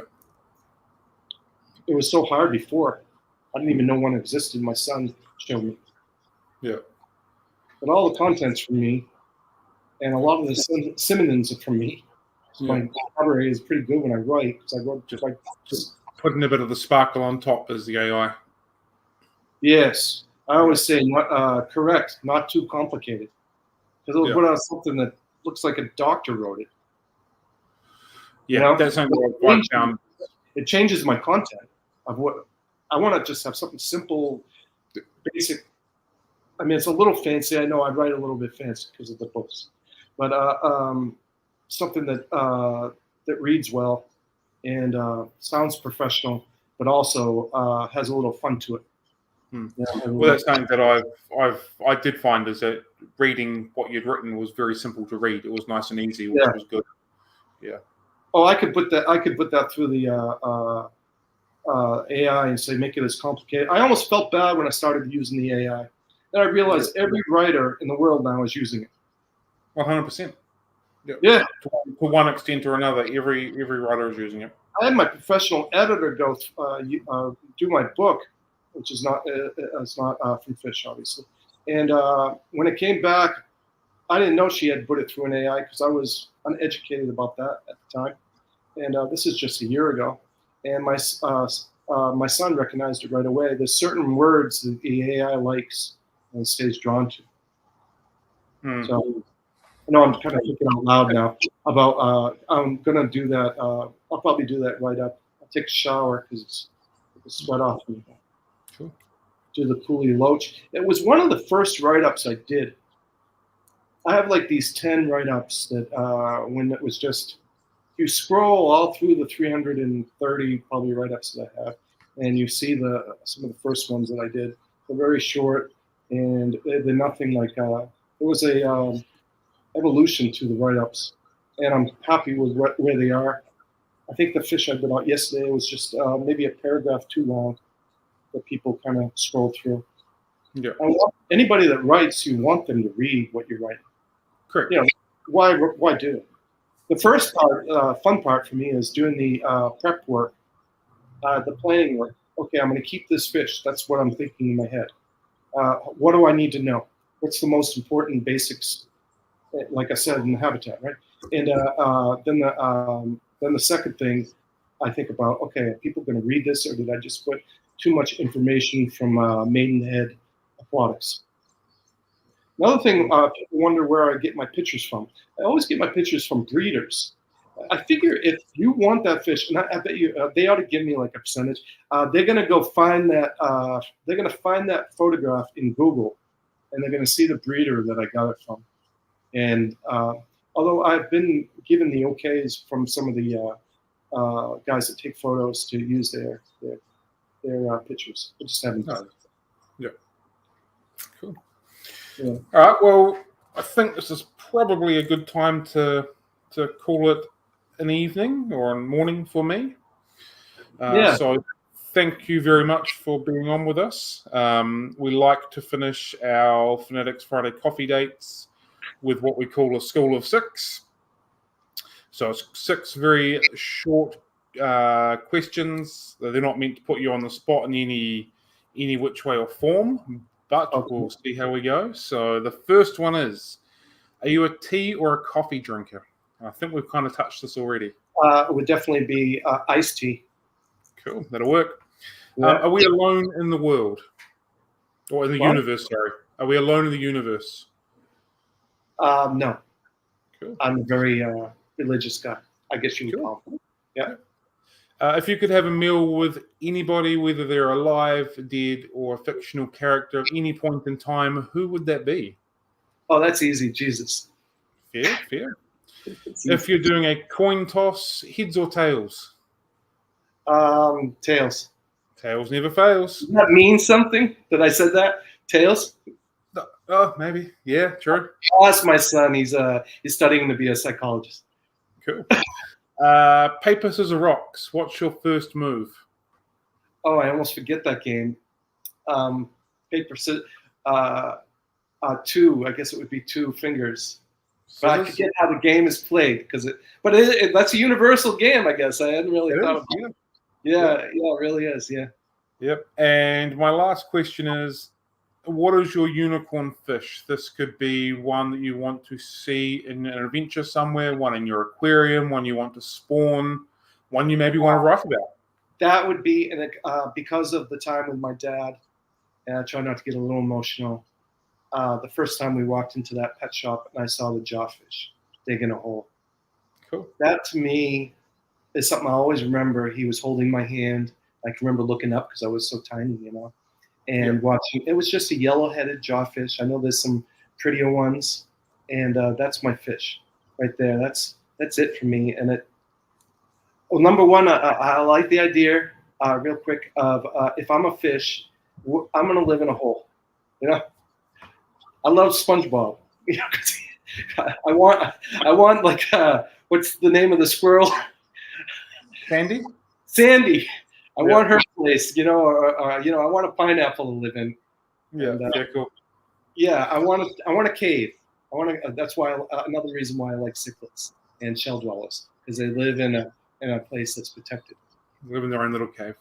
Yeah. Well, thank you very much again for being with us today. If you've not checked out John's articles and blogs, go check them out. They're well worth the read, well worth subscribing and following to his Facebook page. Some fantastic information and some really cool stuff to read. So thank you for the work that you do for the hobby, and thank you very much for coming on for a couple of hours with us. It's much a pleasure meeting you.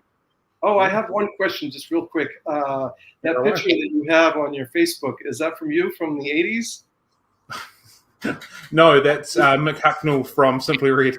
Oh, okay. I was wondering. I'm like, at first I thought I was a spammer or something. Okay. No, I look a little bit. Yeah, you've got the mullet going down here, so I had that. So I think we all did. All right, I have no idea how to shut this off, so I'll do that at this end. So yeah, thank you very much, and thank you everyone for watching and joining us. It's much appreciated. Hope you have a really good evening. That you can add to the fish of the day, please, and anyone who is listening to me right now, add to it. I want to hear your input. I really do. It means a lot to me, and not just I don't care about having a big Facebook group. I only have like 120 people or whatever. It's more about, I want to know about more about that species. I wouldn't even be doing this if I didn't want to know about it. So there you go. Thank you very much. All right. Thank you much, everybody. Have a good one, team. Catch you later.